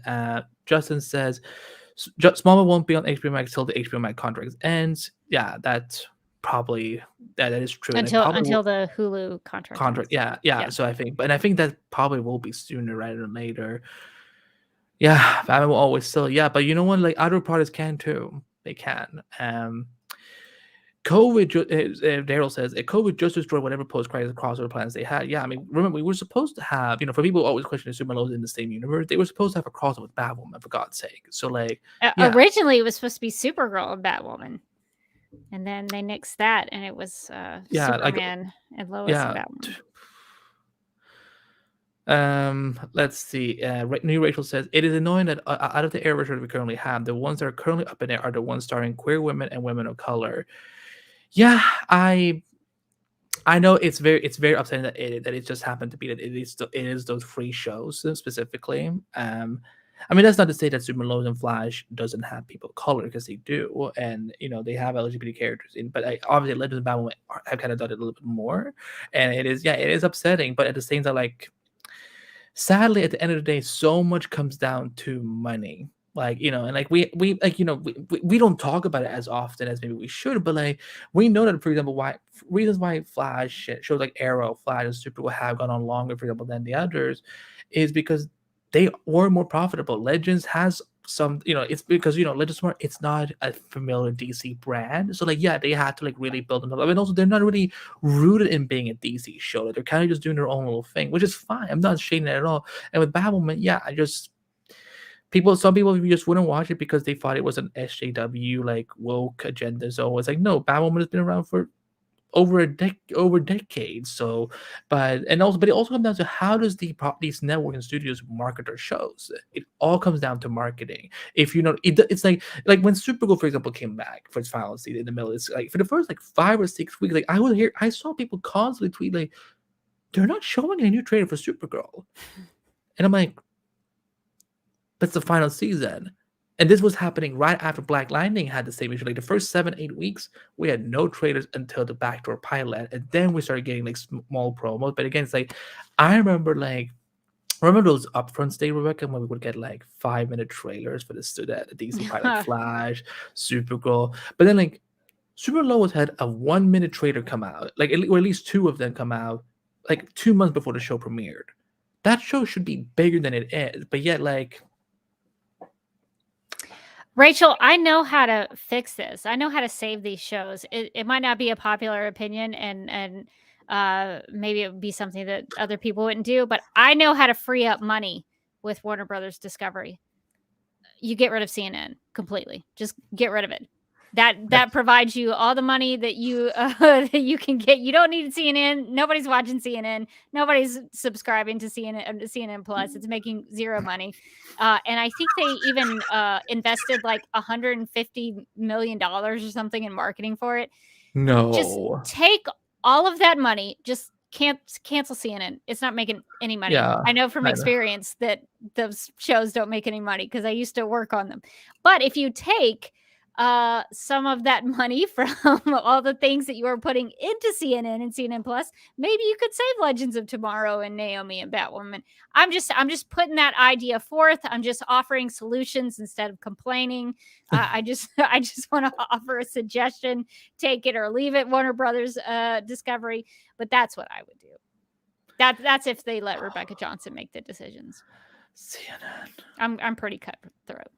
No, CNN is garbage. I mean, it's not, there's no debate about it. Like anyone who actually likes CNN, I mean, question your life choices. Some people use it as a news source, I guess, but I'm just saying, like, you could cut if you were an executive that cared about the bottom line and the dollar bills. That's what I would do. I would cut the things that are not making any money, and then maybe put something towards something that could benefit me in another realm. But that's just me trying to offer a solution. What's so funny is that, like, what, besides money they would get back, they would also get back so much airspace of all the egos that they've now had to hold their breath for all these years. Just saying, like, I'm just trying to find money from other Yeah, parts of the yeah. company that I could use to save these other shit. Exactly. What's the point of the Crisis Crosser assuming Lois can just ignore Supergirl? That's a good question for Todd Helping. I am just as shook as you are. Justin brings up a good point. I always like the small crossover where a character came on another character show better than the massive crossovers. That works for me. And also, it is so much easier. I still love the. I still love, Brave and the Bold and Flash versus Arrow and like the World's Finest. Our first crossover. Or even Duet, the other Supergirl Flash crossover. Those are great, yeah, and it probably was better for schedules and things like that. Yeah, because when you when you deal with those 5-part crossovers, like, you have to get, like, it's not just getting the actors, it's getting the costume people from all the shows, craft, like set department people, props people, and so on. Because it's not like you can just have like Flash people just run into the Supergirl props team and just take things there, whatever. Like, it's all there's a delicacy to everything. So, yeah, but we're gonna, we're getting a little closer to the end, so I'm gonna ask one of the final 3 questions I have is that everyone is always talking about how DC and Warner Brothers needs a Kevin Feige figure. Do you think that is a solution? If so, why? And if not, what do you think it is that Warner Brothers actually needs in terms of leadership for the DC brand? I don't know if they need exactly like a Kevin Feige, but I think what Kevin Feige brings to the table is that he brings a vision. He brings somebody to direct everything, to kind of be somebody who sort of oversees everything. The thing I don't like about the way that the Marvel movies were sort of handled is I heard rumors of, directors would go to direct an MCU movie and like they would go to the set and everything was already ready to go and like they had no input on how things were. That was just a rumor. So it sounded like they really didn't need directors. They just did it. But that's just something I always heard about the MCU. So I wouldn't want to have somebody micromanaging it to that point. But I think what that kind of role brings to the table is a vision and a cohesive vision. And I know a lot of people don't want to hear it, but the Snyders back in the day were the ones doing that. They opened up this, what they called the sandbox, that everybody, that everything was in the sandbox and you could kind of pick and choose what you wanted to play with, and everybody got to do their own thing, but they were all part of something greater. And I think that actually worked really well. I mean, you can say you didn't like the films, or you could say, oh, Rotten Tomatoes hated them or whatever. But as a concept, that really worked, that they were able to, and they didn't have like a one overseer, but like Zack and Debbie Snyder were executive producers on, say, Wonder Woman and Aquaman and things like that. And so there were people, and Charles Roven, I think, was part of that as well, Yeah. a longtime film producer of Warner Brothers, who, up until the Justice League stuff, I really respected. I thought he was great, but then he got. League? I'm sorry. Volta League? Volta League, if you like. He sort of got caught lying about what they were doing with Justice League, so I kind of lost a little bit of respect for him there. But he was also one of those people who was helping to like spearhead things, not to control everything, but just somebody who could say, okay, I like those ideas. Let's do that. What do you need? How can we help you achieve that vision? I think somebody needs to be doing it, because they're leaving it up to like a bunch of executive producers who are micromanaging everything. And I think that's the wrong approach. So I don't know what the solution is, but I think you just need to have somebody who's really passionate about the products and really wants to focus on the quality of things. You had somebody like a Jeff Johns who was sort of in that role before, and while I'm sure he was very passionate about the characters in the world of DC, he I don't think was very good at the filmmaking business side of things, and B, he didn't seem all that concerned about quality.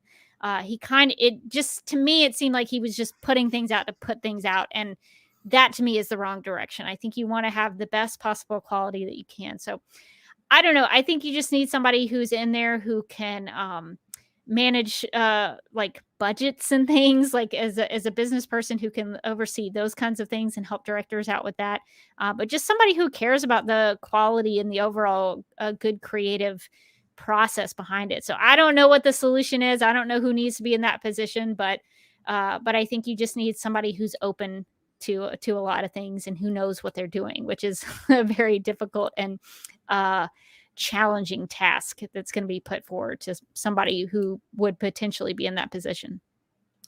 Yeah, for me, like, 'cause I think that the idea of a Kevin Feige, I think that, you know, I honest to God don't think there ever be anyone like Kevin Feige in any, like, cinematic universe, interconnected franchise, where and so on. I think there's a reason that Kevin Feige is a rare entity as a person. But I think that what we need is we need a leader for the DC brand that will, like, or maybe like a brain trust of people, because I don't think this is a one person job. I think it's like, something that, like, it keep it like, there should be like maybe 3 or 4 people max that kind of like oversees everything. But what I need them to do is to trust their creators. Something that was so frustrating to me.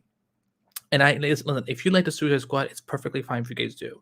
But for me, what's so frustrating to hear and see when they were doing, PR for the Suicide Squad, and James Gunn kept talking about on and on and on and on about like how, like, no one interfered, no one butted heads with him, like he could do whatever he wanted. But then we hear that David Ayer had all the, got into all these issues, they just, kept micromanaging him so much that I'm like, why did James get to do everything so easily? We see, listen, I mean, I love the Batman. I'm looking forward for your record to get to see, because I think you will enjoy it too, to some regard. But it is very weird to hear that Bat could also do whatever he wanted, but like you would hear people like, yeah, exactly, they kept going at him so much, and and obviously, like, we will never know the full story of why Rick Famuyiwa left the Flash movie, the original one. But like the creative differences there, like, again, executives, you're not filmmakers. Yes, like you are the ones that make the big calls in the end. But it's saying that, like, if you hire these filmmakers and these screenwriters and these film crews and so on, let them make the films. Don't come in and try to think that just because you're their boss that you know what to do. Because if that was so, you wouldn't need to hire them. Then Charles Roven could have directed his own DC movie for all we care. And so I need leadership that will believe in their creators. Like, don't, like, because again, and that goes back to what Rebecca was saying about, like, looking at what the fans want to see. Like, for me, it's still mind-boggling to me that there was someone at Warner Bros. Who thought that people will not want to see the Flash time travel. I beg your excusable pardon. What? If you look at what the Flash legacy is all about, like a core essential part of that mythology is time travel. But to think that, what would be great? Man landing on boobs. Hilarious. It's like, Yeah, it's such a yeah, fine line with executives because I think there is something to be said about hiring creative people because of what they can bring to the table. And if you greenlight their script, make sure that they're making that and you know what you're getting into with it. But I think that there's also something to be said about some executives having good input. There are a lot of executives that we've seen in the past that have had negative impacts on films and TV shows and have made bad decisions. But sometimes there are examples of sometimes somebody will step in and say, "Hey, I like what you're doing. I love your enthusiasm, but maybe Bruce and Lois don't need to get together after Superman dies. Maybe that's the wrong direction. Maybe we need to rethink this." Sometimes those things are good approaches and a good feedback. And so I think I don't want to dismiss completely the executive input because I think sometimes even on the TV side, there's a very famous story about Lost, where in the Lost pilot they were going to kill Jack Shepherd, and he was not going to continue for the rest of the show. And like a ABC executive was like, "Why would you do that? You should keep Jack Shepherd." And Jack Shepherd ended up being arguably the main character of the show, and the sort of the anchor point of those stories on the magical island with the smoke monster. So sometimes executives do have good input. So I think that's where the sort of the Kevin Feige figure could come in and refine some of those ideas. Take what the creative people bring to the table and give them good positive feedback that will actually improve the story and make it better. So I think you actually might need to have somebody, not just because I think it goes back to what we were talking about earlier, like way when we first started, is whether it should be an all business person or an all creative person who comes in there. I think you need something of a creative mind to step into that kind of role to yeah. be able to say, okay, this would make the story better. This would make those characters better. This would make something more meaningful. I think you need to have somebody in that position who can add that kind of feedback. And I think that's where Jim Lee, I think, honest to God, like I think that would be the perfect idea role for him. Like, because I don't know what his background is with filmmaking and and business skills, but he's one of the most legendary creators we have in the comic medium. So I think someone like him, like I said, if we have like a brain trust, for example, like there's 4 or 5 people, like someone, but again, like someone that can kind of like work with these people, these filmmakers across the board, like whether it's Matt Reeves or James Gunn or Zack Snyder or Andy Muschietti or Patty Jenkins or whoever it is you have, like I do think that having, like you said, a creative person is, like there needs to be. I don't think they should be both. I think they're like, it's okay to be two. Like there could be, one that does the business side and one that does the creative side. I think that's fine. But I don't think that's what they were trying to do initially with these phones. And I think that's why things just didn't feel coherent. And again, why it wasn't feeling harmoniously. I like Um, your idea of having two people in that role I mean, I because mean, then you we could we have could we could do somebody. it. We could do it. I mean, like Yeah, you seem very smart with money. Like I just like you spending you can be money. in charge of the creative side. I'll give you you feedback on it, and I'll cut CNN and give you a lot of money for I'm gonna whatever put you in want to do. So so I think many. I think we've solved all the problems. I'm gonna remake Arrow with Justin Hartley and Katie Cassidy. I'm gonna put in so many Oliver Oh, Laurel scenes. that's such a great idea. But um, yeah, I think that's actually a good solution because then you would have somebody who could handle the business side, worry about the money, and then you could have somebody worrying about the creative stuff and making the films and the TV shows better. And then they could offer feedback to each other on the different things yeah. that they uh, uh, focus on. So I think that's actually a really good solution. I think we Especially someone like solved with it. Jim, who is like like he's rooted in DC. Like this is someone that like if he says like yeah like we should have a Flash time travel scene, like and here's why you should invest money into it. But like But then maybe the other side will say, like, well, we can't have a scene where all seven kingdoms in Aquaman come together because it just financially it will cost too much, take too much time, and then well, how can we find a middle ground? Well, how about if we have three kingdoms or something? Like I'm just spitballing ideas here. One of the final two questions I have, because a big component of your article that I think got a lot of attention was how do you feel that how Warner Brothers Discovery allegedly feel that Superman needs to be revitalized. We know many are using Superman logos right now as an example of like, well, we have Superman content. This article is talking about Superman on the big screen, the lack of presence in the movie since 2017. CGI mustache. We're both big Superman fans, Rebecca. So, what does it say to you when you see a report like this and a studio allegedly realizing that the Man of Steel needs to be a primary focus? What did it say to you, and what is it you're hoping to see come out of it? Whether it is with Henry Cavill or Superman in a different capacity. Yeah, I think it's a smart move. Superman is a very recognizable character. I think what Warner Brothers Discovery is focusing on is how to maximize those IPs, how to maximize the characters that they have in the DC universe. Because it is a bizarre choice not to continue on with Henry Cavill's Superman. It's just a strange choice.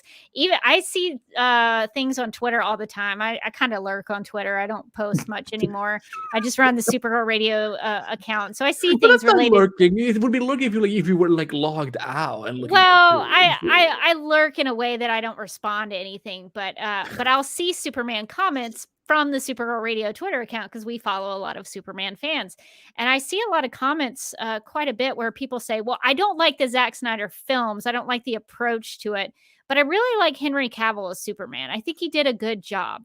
And so it's strange to me that they wouldn't capitalize on that because his portrayal of the character, his visual look for the character, the way he is passionate about the character, it stands out even to people who may not be crazy about Man of Steel or Batman v Superman or even Zack Snyder's Justice League. So I think it's a good idea to try to revitalize Superman for the big screen. My only thing that I would mention is that I think the film needs to be good.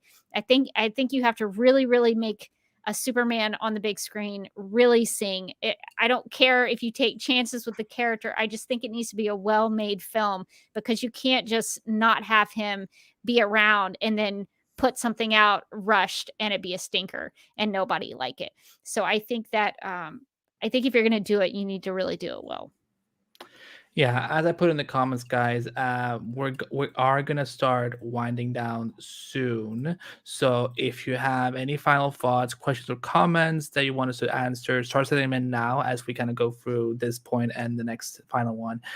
Yeah, I want to quote what Zack Snyder said many years ago: "Is that Superman is the crown jewel of the DC universe, and he always will be. There's nothing that's ever going to change that. Clark Kent is the reason we have a DC universe. Clark Kent is a reason that these other characters exist. Clark Kent, Kal-El, Superman, Man of Steel, the Man of Tomorrow, the last son of Krypton, you mother effing name it, is the reason that any of these TV shows, movies, video games, comics, merchandise, toys, clothing, underwear, cereal, radio, anything exists." And it's mind-blowing to me that we have not had a Superman movie since 2013. I know people will make the argument that BVS is a Superman movie, but at the same time, like that more feels like a Batman Superman movie. Like I still want to see Man of Steel 2. I want to see what the plan was to see, I do want to see like what they were initially gonna do for a Superman 2. But I think that the Superman needs to be back on the big screen. The Superman is the reason why, back in 1978, when Superman the movie came out with Christopher Reeve from Richard Donner, and I think that was like, the early days of the superhero genre on the big screen, that this is a character that we can all look up to. Like, no matter who you are, like no matter where you come from, we can all be Superman or Supergirl. We can Sometimes all that's better, arguably. yeah, exactly. And anyone who disagrees, be respectful if you want to comment about it, because we do not take hate comments. But I'm just saying that Kara did say in 223 of Supergirl season 2 that Kara did say that she's stronger than him. I'm just saying. I don't know why I'm doing this with my chair. This is creepy. We're just quoting canon and yeah, canon. Like, we can't change it. Like, not even Barry can go time travel. And it's just what it is. Yeah, but I agree with you. Like, for me, it's like, it's not hard to tell Superman stories. it's not hard to tell Superman stories. Superman is a relatable character, no matter how powerful he is. You can make you can make the world around him dark. I think one of the reasons why Man of Steel and BVS work so well as they do is that he is a shining light. He's the beacon of hope that will make humanity believe for a better tomorrow. That I don't like. Here's the thing. I think people are still a little bit too obsessed with the Donnerverse because it's. Listen, I love those movies. Like they're part of my childhood. They're part of my life in every way. But it's a simple way of telling Superman stories. It's not that challenging. I think Superman 4 had something going for it of like talking about nuclear weapons. Like and I think with that idea could have been so well done if it didn't turn into what it actually did become about the Atom Man and like like the Nuclear Man. Sorry, Yeah, yeah. Nuclear Man. I see those nails now in my head. I'm like, I don't understand. But for me, I think that what it is with Henry Cavill, and the thing is, Henry Cavill loves his character so much, and like, I think that whether you respond to Zack's directing or whatever, I think in many ways, so many people responded well to Henry's Superman, and I think that if there is a way, and like, here's the thing. I'm hoping Discovery realizes that what a complicated situation they've got themselves in, that the previous Warner Bros. Got himself into, because now Henry is bigger than ever. He is on one of the biggest He's one of the biggest shows on Netflix right now in the entire world with The Witcher. We have no idea how long that show is going to go, and he's doing movies. He is successful, and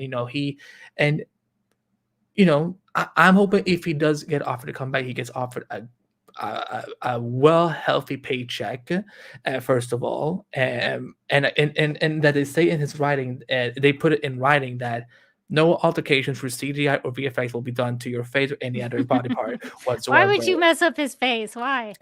Like, I would have loved Clark with that like kind of a goatee when he comes back from the dead, but choices were made. But so that, yeah, like the fact that listen, this is not us trying to somehow like dismiss Superman Lois. Again, Superman Lois is great, but the thing is that it's one TV show on a network that people barely watch. That's not where the character's legacy should ultimately live. We should see it back on the big screen or on HBO Max or like anything. And Superman Lois can exist for as many years as possible. Maybe it will exist completely on HBO Max at some point one day. But the point is that Superman, we shouldn't have to wait 5 more years for another Superman movie. That's why I'm excited for the Val Zod show that's coming to HBO from Michael B. Jordan. Oh, is it going to be a TV series? Yeah, it's a limited series event. But they've hired their 2 executive producers and writers. So I think they're probably going to start opening up a writers' room soon. We still don't know if Michael B. Jordan is going to play Val Zod. I'm kind of hoping he is, because I love Michael B. Jordan. He's amazing. And then we know there's a Black Superman reboot from J.J. Abrams. And so those are 2 different things? Yeah. Oh, that's strange. Rebecca is processing the news. She's like, but why would you do that? I don't understand why you would do that. Yeah, I'm also a little curious about it. I think Val Zod is gonna happen. I think the movie is gonna be like a Black Clark Kent. What I don't understand. There's so many things we don't know yet. But I think personal opinion, I don't think that movie's gonna happen.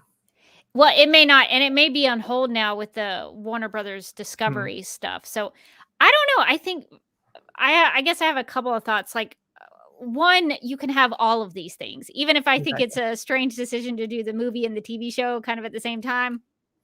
You do you, I guess, but that gives more opportunities for more things. Like, maybe you like the film, but you don't like the TV show. You still get the film. So I think that's totally fine. I think that's a great. Let's do it all. I'm up for that. And I think the reason that that Warner Brothers has really leaned into Superman on television is that Superman has always been successful on television. Always. The George Reeves show, hugely successful until his untimely death. Superman, the animated series, hugely successful. Lois and Clark, hugely successful. Smallville, hugely successful. So Superman and Lois is just another series in the line of successful Superman TV series. And there's always going to be a Superman TV series.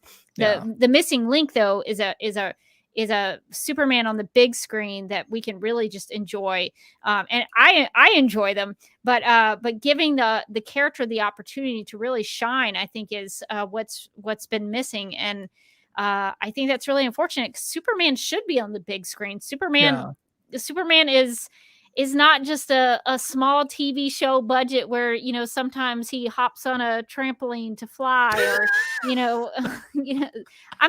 don't want to dog all the shows, but sometimes, especially when you get on in the older years of those Superman TV shows, they have to start cutting corners because the budget gets decreased. And so you see less and less of Superman doing cool superpower things. What I always loved about Zack Snyder and the way he did Superman is that he took advantage of the big budget he was given. And so he would have Superman floating across the room, even though maybe he could have walked, but it's like, why would Superman walk? He can float and fly. So those little things, those little touches are only things that you can get when you're on a big screen superhero, big budget movie.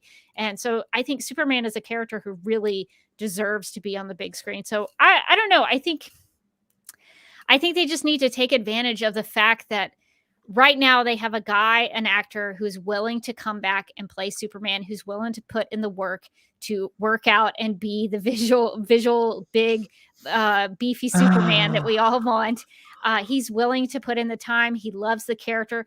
And then you also get the supporting cast members who are also very good, like Amy Adams as Lois Lane. You already have those actors who want to Lawrence do this. Fishburne as Perry White. You have the people ready to go who want to jump back into those characters, and you're just like letting them go. You're leaving money and opportunities on the table.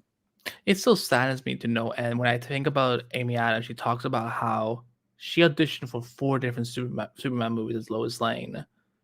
Like, it's yeah. Again, whether it is with Henry Cavill's franchise, or if it's something new. Again, I also think it's a little confusing to I mean, again, we can have, like I said, it's a multiple. We can have it all by having I still think that when it comes to having Black Superman, I think Val Kilmer would like to be the one that think actually does happen, and then maybe down. I think that would be awesome. I would be into Val Kilmer because it would be a different. It'd be something new and fresh and unique, and I would be into that. Yeah, and I'm ready to be one. I'm ready to get won over by that, because I've always I've been because Val has a kind of a weird background, but you know what? Michael B. Jordan believes in this part. He wants to executive produce this thing. I'm gonna watch a show, and and if J.J. Abrams' Superman movie happens, great. And I would love to see something I still would love to see Brendan Routh get to do a Kingdom Come. We were talking about Elseworlds before. Kingdom Come is the most I had to. So one of my friends a couple of weeks ago, he's never read a comic, so he had Andy, what's Kingdom Come? And I'm like, I stopped doing everything what I was doing, and I'm like. I became like the old uncle, being like, "Sit down, son. Let me tell you. let me spin you a story. Let me tell you, get around, everyone. It's time for Uncle Andy's beloved comics pitches." And I told him the intricacy of Kingdom Come and of what Mark Waid and Alex Ross did, and again, I'm still kind of just realizing I spoke to Mark Waid. I've spoken to Mark Waid twice in my life. I met him in person once. I met one of the legends that exist in this world, and I'm like, oh my god, it's unbelievable. And Kingdom Come, what they do with Superman and what they kind of were teasing at in Crisis with Brandon Routh's return, could work as a great limited series on HBO Max. Let me bring up what New Rachel's saying right now so I don't forget it. I want a Brandon Routh Superman, and Courtney Forrest Lois would be awesome. I don't think a movie would happen, but I think as a show, now post Crisis, what would happen? Did Lois ever die? Will we see that horrible day when she does that?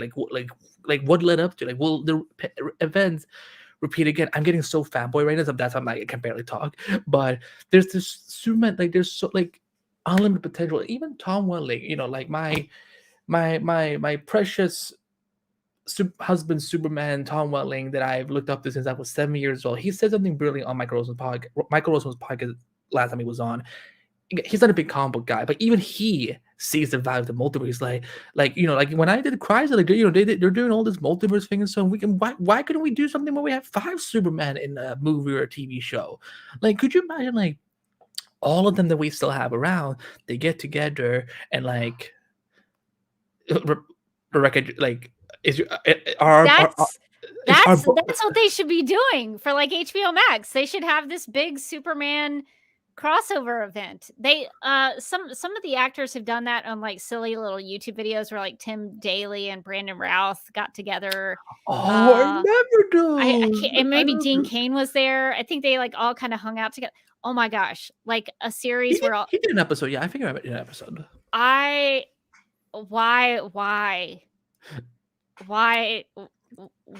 Rebecca, I'm gonna advise you right now: do not take off those headphones because I think your brain is gonna fall out if you do. Because you're like we're gonna clip this. I will clip it at some point. Like Rebecca is mind blown of like the idea of having like they should take advantage of that.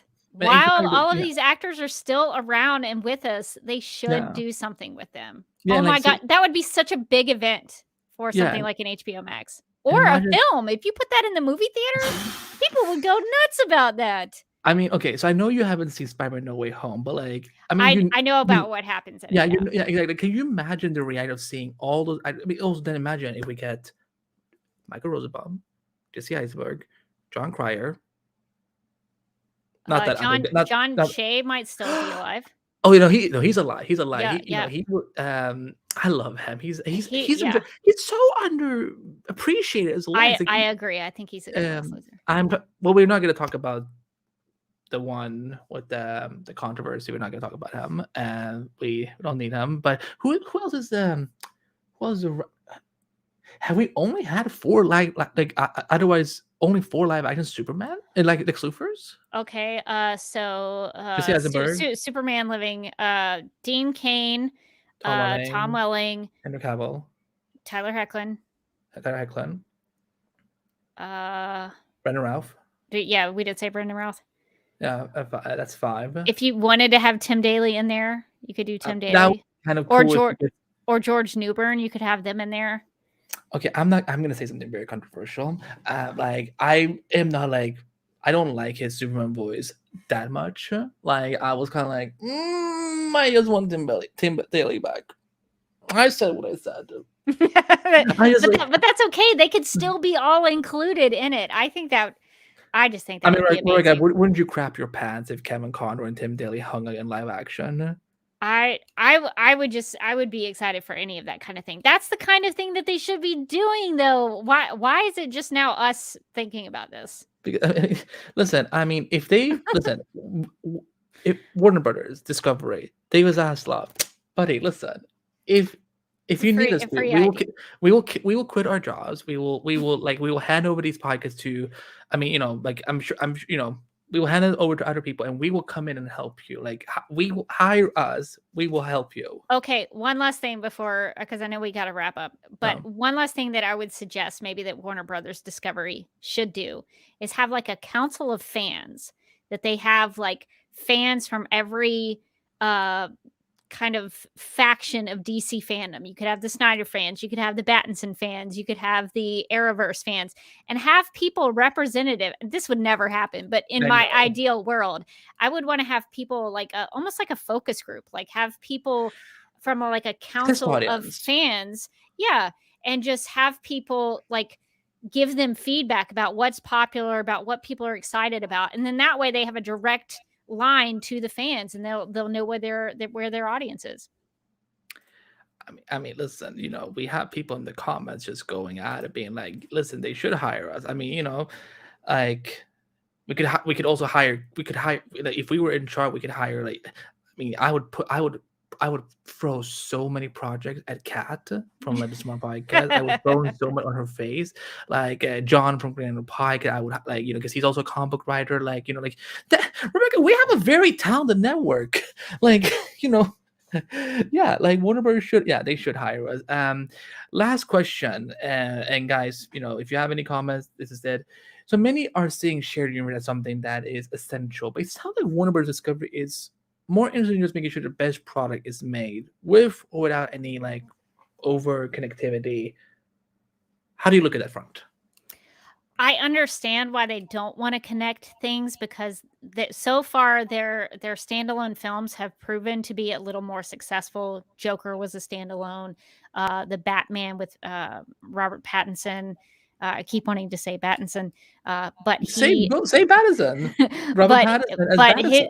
his film is not necessarily a standalone, but it's not part of a shared universe. It's kind of its own universe. It seems like it's going in the way of Christopher Nolan's Dark Knight trilogy, Mm. and I think some of the stuff with I guess they'll probably connect Black Adam and Shazam at some point, so that may be more of a shared universe. But it seems like they've relied on more standalone things because they think that's more successful, because they really haven't gotten once they got rid of Zack Snyder, they didn't know what to do with the shared universe anymore, and so they kind of just relied on the standalone stuff. My thought on why that's not a great direction is that, given the success of the MCU, and I keep comparing it, and normally I don't want to compare the two because they're totally different universes, but if they want to achieve the MCU success, part of the reason that people really loved the MCU and went to all those movies, even if they stunk like Thor 2: The Dark World, is that they were excited about the shared universe. They wanted to see the next level of the MCU. They wanted to see what was going to move the story forward. And if you don't have that shared universe, you're not going to build up that kind of momentum and that excitement for those films. And you're not going to get people to really, spend all that money and come to all your stuff if you don't have a shared universe. So I think they'll probably still be successful with, like, an Aquaman made $1 billion, Joker made $1 billion. Those were less shared universe in terms of Aquaman is part of a greater shared universe, but because that film was more standalone, I guess they've seen that those films make a lot of money, and so that's where their direction was going. But I don't know. I think people in general are more excited when there is a shared universe. So I think it's Yeah. kind of a mistake. Yeah, I think, and the way I would put it is that I think that because this is maybe like a naive way of looking at it, but but walk with me on this, because I think that it should almost never be made like a point that, like, if something isn't a shared universe or so on. Like, for example, like, I think that you can have like a Batman movie come out, you can do a Superman movie, you can do a Green Lantern movie, etc., and so on, and then, like, let each filmmaker do the story they want to do, and they can maybe have like similar like visual looks or something like that, but you don't have to worry about, like, well, let's make sure we reference the Kryptonian invasion in Metropolis from Man of Steel, or let's make sure we have to reference the World War I with Wonder Woman or something like that. Like, let the stories grow on their own. And if you find a natural point where, like, you know what, these characters are not, we've established them, people know who they are, we've kind of given them a little time to breathe on their own and fight their own villains and develop as heroes. Now let's bring them together for a fun team up movie, because and like, because the thing is, like, what I definitely do not want, Rebecca, with a shared, I do not need another Infinity Stone saga. Like, I don't need to be like, because we talk about you and I all the time, like, we don't want storytellers to tell us what's happening. We want we want them to show us, and also believe that we are smart enough to understand that where the story is going. And like, and that's the same thing when it comes to interconnected universes. Like, you don't have to like it's almost like like in a comic, like where they will put like an editor's note being like, this happened in issue 55 of Wonder Woman, go read that or something like that.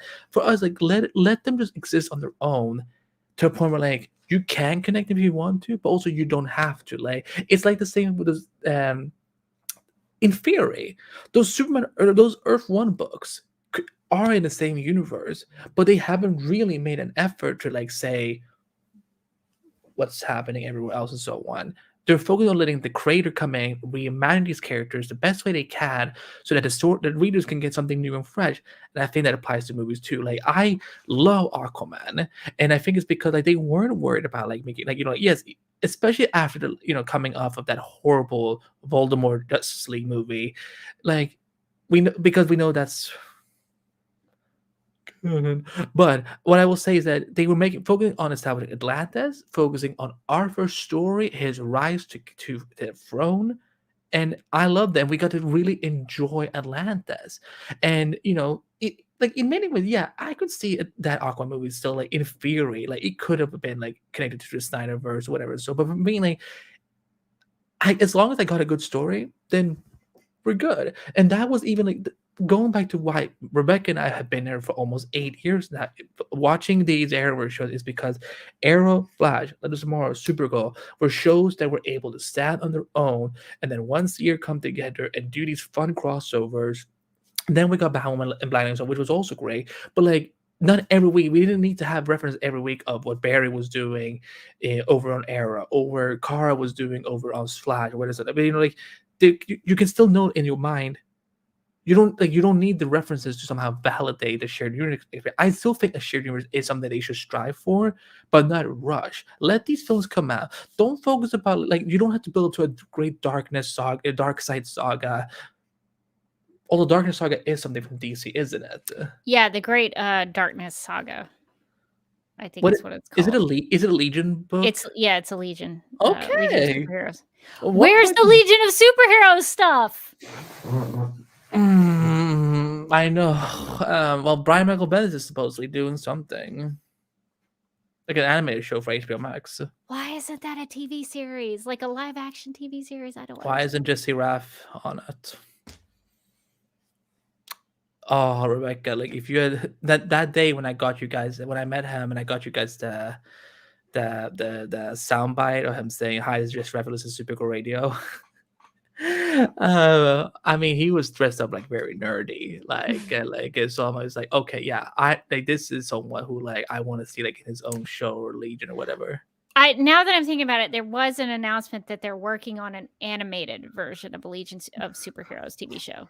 Now I am remembering that now, so I think that is in the works. I still think it would be cool to do live action, but I can understand why they wouldn't be able to due to budgetary reasons. Yeah, so I guess that is happening. But yeah, but a show like in the 31st century would be so cool. But yeah, I think that in the end, like I think a shared universe should exist, but do also like do Elseworlds and so on. Like again, like explain. Don't limit yourself on a discovery. So that's like again, I know you if you happen to watch this, you have just been given the key to the ultimate kingdom. Something that we will like some people like us we will get to experience that what in the theaters or on our TV screens or on our apps or whatever. But you have so much you can do, and I hope you just take advantage of it. Hire the best filmmakers you can make, the best producers, the best stories, and just embrace the DC universe for what it is, because there's a reason why. Yes, the Avengers are about humans who become superheroes. DC is about gods. They're about legends. Not just tomorrow. They're about legends. They're about gods. Realize it and have fun with it. With that said, let's do some quick comments and then we're gonna wrap this up. Ollie said, one of 305 said Superman should always be fun and Sender, and Sender will always be around. I agree. Ollie also wanted to say thank you for this line, and I hope we can get more of this. We really enjoy it. I mean, listen, anytime I can kidnap Rebecca from Supergirl Radio, we will make it happen. I might have a pitch to Rebecca to make very soon that I think if it happens, people will like it. Okay. So we will stay tuned. Bald Jesse Eisenberg, should we have a league of our own? Legion of Doom? Come on, let's make it happen. Left on the table. Yeah, and we will because what was it when you went to the AT&T something center, like the Discovery District, I think is what it was called. How much fun did you have reading those ideas about what Lex was going to do with his Injustice League? Yeah, I mean they were going somewhere with it. It was setting up a whole world where villains were in on the action and in on what was going on with the Nightmare sequence. It would have been awesome. So Captain Cold. I hope we were get going to to see get it Captain Cold in the movies. I mean, Riddler was going to be in it. It would have been awesome. Yeah. Daryl asks, what do you think? What did you think about the open pod Man of Steel that was supposed to indicate maybe Clark was in the first one there? Well, I mean, we talked about this multiple times, Rebecca. You and Morgan talked about it on Supergirl Radio definitely a lot of times. I think we all know who that's supposed to be. Yeah, there was a couple of articles written a while back where Zack Snyder had addressed that, and the articles that were written assumed that he was saying that it wasn't Supergirl, it wasn't Kara Zor-El in the pod. But if you actually go back and look at his comment, I forget exactly what he said. You'll have to Hmm. to look it up later, and I'll try to refresh my mind on it as well. But what he actually said did not negate the existence of Kara Zor-El. So I don't agree with those articles that were posted. If you read the Man of Steel prequel comic, it seems like that's what it's hinting at in terms of the story. But I guess we'll maybe never know. I found an article, and this was on Screen Rant. This was on last year. During an interview during IGN FanFest 2021, a fan submitted a question asked about who was in the Kryptonian pod. Snyder revealed that he knows who it was supposed to be, but won't say. He says the pod is shown in his cut of Justice League, but the identity of the person who was in it is not disclosed. He says he hopes people will find out who was in it soon, but won't reveal that information just yet, in case his canceled Justice League sequel ever actually gets made. I mean, could you imagine Kara showing up like in Justice League 2 or 3? That's what I think should happen, but Yeah. I don't get to make the films. Maybe one day. I would listen, I would watch Rebecca Johnson DC movie. I mean, you could have Kara Zor-El on Apocalypse with Darkseid. Maybe she's brainwashed there. She's been taken from Earth. I have a whole story ready to go. They just haven't taken advantage of it. But Kara in the comics has had an association with Apocalypse and Darkseid and Granny Goodness and the Female Furies. That's where that could go. And so I'm just saying, they could work her in there. New Rachel says, I think the live action Superman could take a cue from the animated movie starring Superman, a live action version of Superman Unbound, or Superman versus Elite would be really cool. What do you think about that? Because I know I haven't actually read I never watched Superman versus Elite, and I never read the book that it was supposed to be based on. But what do you think about this? Yeah, I think Superman versus the Elite would be really cool. I really enjoy the comic book story, and the animated film is fairly faithful. So I think those would be a good idea. Good ideas to kind of start from. I think Manchester Black is a really cool character. He was underutilized on the Supergirl TV series, but he's actually a really interesting character. And Superman Unbound, I believe, is the one with Brainiac in it. And I think. Yeah, I think Brainiac is such a great character, and Krypton, the sci-fi series, showed that Brainiac could be really great in live action. So I think Brainiac is an underutilized character on the big screen, and I think would be a great addition. I'm gonna bring up this comment again from Ollie, 10305. Warner Brothers Discovery should hire you guys. I'm not against that. I'm here all day. Just give me a call. New Rachel says, Bendis needs to be hold the Legion hostage. What? I don't even know what that means. I think he's working on the animated Legion of Superheroes show. Why can't they bring back the Legion from 2006? Was it's it from a great show? It was from 2006. Good lord, it's been 16 years. I love that show. It's a good series. It's one of my favorite pilots of animated shows. It deserves a real ending, says New Rachel. Yeah, I mean, never say never with Warner versus DC, because sometimes things just it happens. And then lastly, from Daryl says, if that was Zack Snyder is waiting on, then he might as well tell us. No, I mean, he shouldn't tell us. If we actually get to see these sequels happen, let him, because that's the thing. If this final Justice League movie does happen, I hope that he is going to change the things that you saw from the concept arts at the center because they basically spoiled everything, and also because that way we can also get rid of the Bruce and Lois romance. Yeah, things changed from those. Thankfully, some of those things changed from the storyboards. Yeah, but ladies and gentlemen, I want to thank you all so much for tuning in tonight. It's been a long show, but it was a fun show. So thank you, thank you so much for tuning in. We're hoping to do something live again soon. I know we from Flash Pocket, we will likely be back for the season 8 finale live, but otherwise you will still hear us weekly every week. So, but Rebecca, before we go into plugs, the plug segment, you guys who are still here, you're gonna be the first one to get to see this video that I made over 3 months ago. But Rebecca, where can people find you on social media? And if people haven't, for whatever reason, listened to Supergirl Radio, tell them about Supergirl Radio and what is coming up for you guys. Supergirl Radio is a weekly podcast. We are live and wired on YouTube at youtube.com/DCTV podcast. If you're watching the live stream now, that's the channel that you're watching. Please subscribe if you haven't already. But we are live on Tuesdays at 9 p.m. Eastern. Weekly, so we talk about all things Kara Zor-El. So right now we have a couple of series of episodes that we're doing. We're finishing up Supergirl Woman of Tomorrow, the comic series written by Tom King, and we're also revisiting season 1 of this Supergirl TV series because Morgan Glennon, my co-host of Supergirl Radio, did not get a chance to podcast about some of those episodes. So we're going to go look back at season 1 and refresh our minds and memories on that. So if you're interested in any of that or anything related to Supergirl, please, you can join us live on Tuesdays at 9 p.m. Eastern, or you could just subscribe to the podcast and listen to the audio version. We do that as well. So if you like Supergirl, or if you like comic discussions, or if you just want to hear a DCTV or a DC Comics podcast, or if you just like to laugh, we do a lot of that. So please check us out on Supergirl Radio. You can find us at supergirlradio.com, and you can subscribe to anywhere you listen to podcasts. And there's links to Supergirl Radio stuff in the show notes. You can subscribe on that. You can subscribe them anywhere, follow them on social media, support them on Patreon, and so on.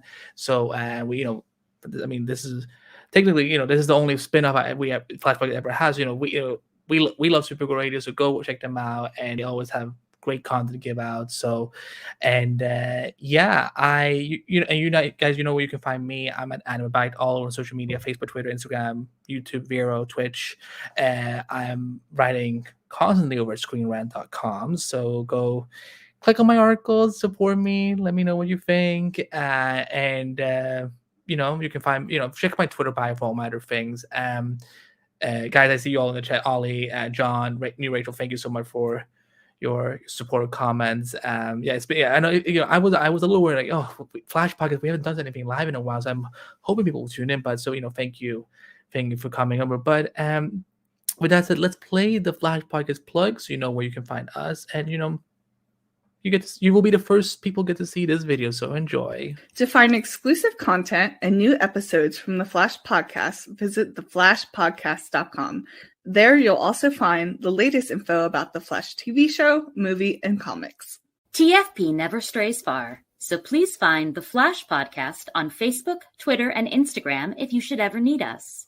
And we need you to send us listener feedback on any of those platforms after each episode of The Flash. You can send your feels sporadically or wait for the graphic that appears every Wednesday at 9 p.m. Eastern, begging you to leave us your comments so we know you love us. XOXO, Gossip Flash. Make sure you never miss an episode by subscribing to the Flash Podcast on Apple Podcasts, Stitcher Radio, Google Podcasts, iHeartRadio, Spotify, and anywhere else you listen to your podcasts. Want to support the Flash Podcast?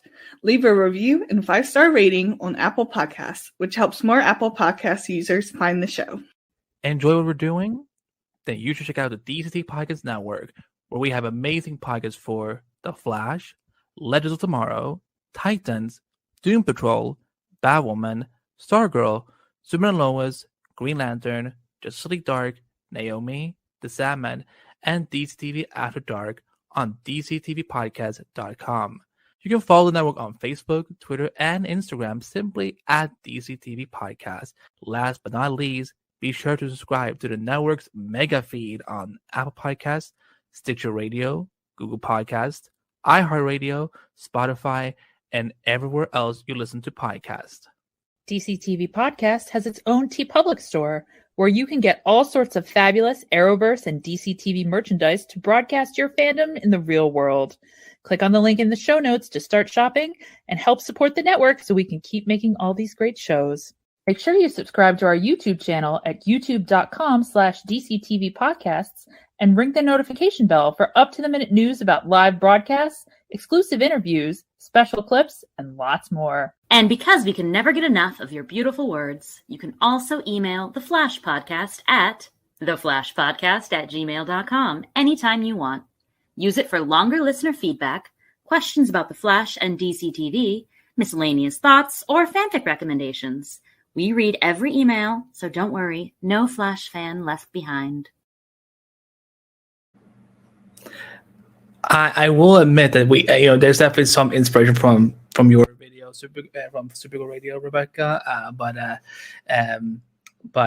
Yeah, Canva. I love Canva so much. Canva.com is my best friend. Yeah, like Canva. If you're watching, a sponsorship is we would love to promote you guys even more, because Canva is one of my favorite tools. I literally use for everything now. So Same. so that I realized, like, oh my god, if they announce more shows, like that list is gonna be longer and longer. Like it took that graphic took me the longest, because I'm like, the logos have to, like, they're also, because first, like, for us too, I was gonna put like a Flash little symbol and Supergirl symbol behind him. I'm like, oh my god, it's taking up so much space. I'm like, gotta take rid of it. So I'm like, okay, here's Flash, Supergirl Radio, Smart Park, and so on. So yeah, and that list is maybe gonna change a little bit soon, for people who like are always wondering, is Andy developing any more podcasts? Of course, Andy's developing podcast. I have no life. I'm Andy, podcast alcoholic, and I cannot stop making podcasts.